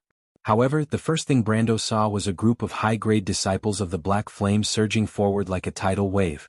He immediately realized that the Dark Bishop didn't want them to break through the center of the formation and split the Lizardmen army into two. This was because the Dark Bishop knew that once the Lizardmen army was split, it would be difficult to protect both the front and the back. Unless he had the determination to cut off his losses, it would be useless. He was a spellcaster, and he needed to rely on protection to escape from this chaotic battlefield. He had no choice but to move his high-grade disciples of the Black Flame to the center to stabilize the defensive line. More than 10 disciples of the Black Flame Knights wearing black robes and riding on lesser demons waved their flails as they charged forward. Unfortunately, at this time, the Silver Elves in silver armor had already rushed forward and stood side by side with Brando. The surrounding lizard men who wanted to surround them were continuously attacked by the mercenaries. If the Dark Bishop who commanded all of this was a little calmer, he would be able to command the lizard men to give up on protecting him and attack Brando's long-range formation. The situation would probably be better. Unfortunately, the art of command was not the Dark Bishop's specialty, and he could only subconsciously order the lizard men and disciples of the Black Flame to stay close to him. On one hand he wanted to avoid being separated, and on the other hand he wanted to protect himself better. He had to start preparing his spells. Unfortunately, Brando's reaction was faster than his. The sounds of battle in the valley had already become one. Amandina couldn't help but shiver when the wind swept across the bare cliffs without any vegetation. She felt as if the bottom of the mountain was in another world. She coughed lightly and used her hands to wrap the shawl around her body. The noble lady stood alone outside the cliff. She looked around fearfully, then frowned and looked worriedly into the deep crevice. After hesitating for a long time, she asked in a soft voice, "What's the matter? Roman, is it not done yet?" "It's almost done." Romain's matter-of-fact voice came from inside. Amandina sighed. She had already heard this answer several times, but she knew that Romain would definitely ignore her complaints. She could only stomp her feet to dispel the chill in her body. But this time Roman seemed to be almost done. She walked along the crevice for a while without relying on any light source, as if the darkness was a dear friend to her. However, most ordinary people would subconsciously feel afraid in such a narrow and dark environment. This young lady, on the other hand, looked very interested. She then took out a piece of crystal from her pocket, bent down and rummaged under the gravel for a while, and put the crystal in. She turned around and counted with her fingers. She seriously counted around 5 similar places, nodded, and calmly retreated. As soon as she walked out of the crevice, she saw Amandina's frown and resentful eyes. "I regret it, Roman. Let's go back." Amandina lowered her head and coughed. "Don't worry, it's just an experiment. Brando won't find out." Roman's face was full of pride. She grabbed Amandina's hand and walked forward. "Let's go to the next place." Wait, give me some more of that, Amandina." "What are you doing?" Amandina hurriedly covered her bag. She was already unlucky enough to let this girl discover her secret, and she did not want to go crazy with this merchant girl. "Is there a problem with the calculations?" "Of course." Amandina gritted her teeth and replied, "Roman, you despicable woman. I was once an honorary student of the Royal Geographical Society of Lantanailan." Amandina immediately sighed in disappointment. A wind bullet, a fireball. When the swollen and hot air dispersed from the battlefield, the dozen or so high-ranking disciples of the Black Flame sect had already turned into ashes. As an explosive magic item, the Ring of the Wind Empress's energy was 20 OZ, and damage was 30. It was almost equivalent to the Peak of Iron rank, and its impact was close to that of a lower Silver rank. The fireball's energy was 24 OZ, and damage was 70. It was equivalent to a lower Silver rank, and the area of effect was around the middle of the Silver rank. It was normal for the disciples of the Black Flames to be killed by a combo attack. Brando was worried that there would be troublesome high-ranked disciples like the Lord of Spiked Chains on the battlefield, but it seemed that his worry was unnecessary. The Lord of Spiked Chains was an elite among low-ranked demons, and it was impossible for a large number of them to appear in this world. Unless the demonic gate reopened. After the smoke cleared, Brando's experience increased by almost 2,000 points. He was only one step away from level 25. He immediately put down his sword and ordered the silver elves beside him, attack the left and right sides and separate the lizardmen. The boss in the middle? No, I mean their leader. Leave it to me. Do you understand? The 20 silver elves nodded in unison. What about me, my lord? The Nightsong Tiger asked. You and Nalathar will lead one side each. Brando replied. You don't need help? The silver elven commander rarely spoke. Leave it to me. I don't want that guy to die so quickly. Brando replied, but he had other thoughts in his mind. Even though the low-ranked Dark Bishop was called a pauper, he was still a level 25 elite creature. His strength was equivalent to a level 35 unit. Of course, the only difference was that it would be difficult for him to deal with a level 35 creature, but it would be much easier for him to deal with a level 25 elite creature. Moreover, that was a sizable amount of experience. The young man did not give the other two a chance to refute and went for the kill alone. In front of him were two Bacheza demons that were almost 3 meters tall. These creatures were very strong because they had the ability to charge. It could be said that they were a nightmare for low-ranked archers and wizards. Unfortunately, Brando was neither an archer nor a wizard, but a warrior. He rushed in front of the two demons, and before they could raise their swords and land a heavy blow on his head, he had already circled behind them like a ghost. The Bacheza demon was a level 24 creature. Its strength was 14 ounces, but its dexterity was a pitiful 7 ounces, which was almost half of Brando's when he was in his berserk state. The only thing it could be proud of was its thick skin and chargeability. In front of the young man, Brando's sword cut open a hole in its back, and then once again followed the movement of the clumsy creature and flashed behind it. Once again he was behind it and then another strike. This pitiful Bacheza demon was almost tortured to death and humiliation. Even until its blood ran dry, it did not see what its enemy looked like. At this time, the Dark Bishop of the Disciples of the Black Flames finally finished preparing his spell. He screamed and threw a black lightning at Brando. This thing was not as simple as lightning. Brando knew that this spell was called Demon's Claw. This was actually a 2D spell.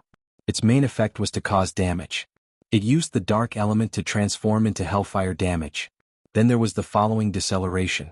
As a level 3 spell, this deceleration was not as simple as Ice Break Arrow.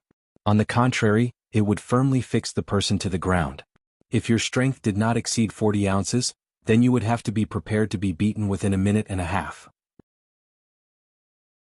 This spell could be said to be one of the most practical early-stage spells for dark elementalists, evil priests and witches. It was especially useful for sneak attacks. Unfortunately, Brando wanted to tell the Dark Bishop that this spell was not meant to be used like this. Although in the early stages of the game, most players like to cast spells in such a crude way without any modification.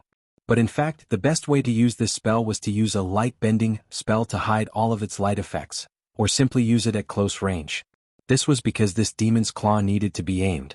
Brendel swung his sword and sent the Bacheza demon's corpse flying, blocking the snake-like black lightning in midair.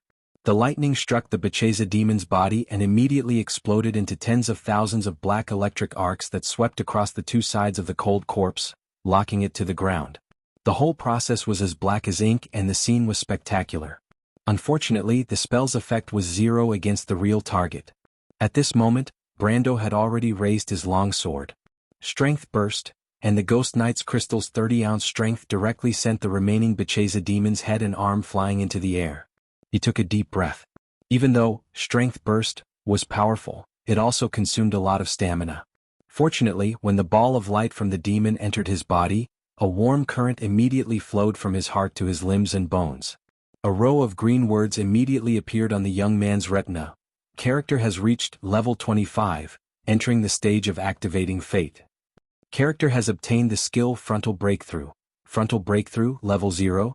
Consume 5 times stamina to break the opponent's defense, armor, innate, magic, in the next attack reducing 1/7 damage immunity.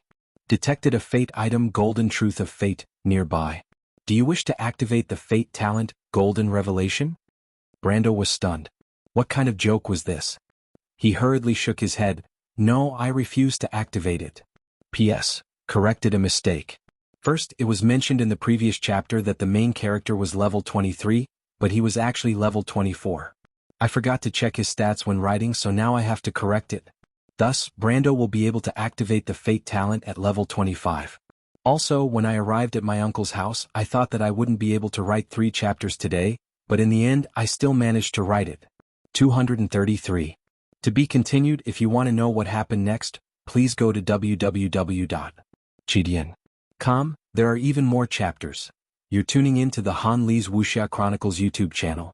We're so grateful for your support, and don't forget to subscribe to join us on this incredible journey through captivating stories. Your generosity through donations truly makes a world of difference, as it's the primary source of revenue that allows me to expand and enhance this channel for you. Thank you from the bottom of my heart for being a part of this adventure.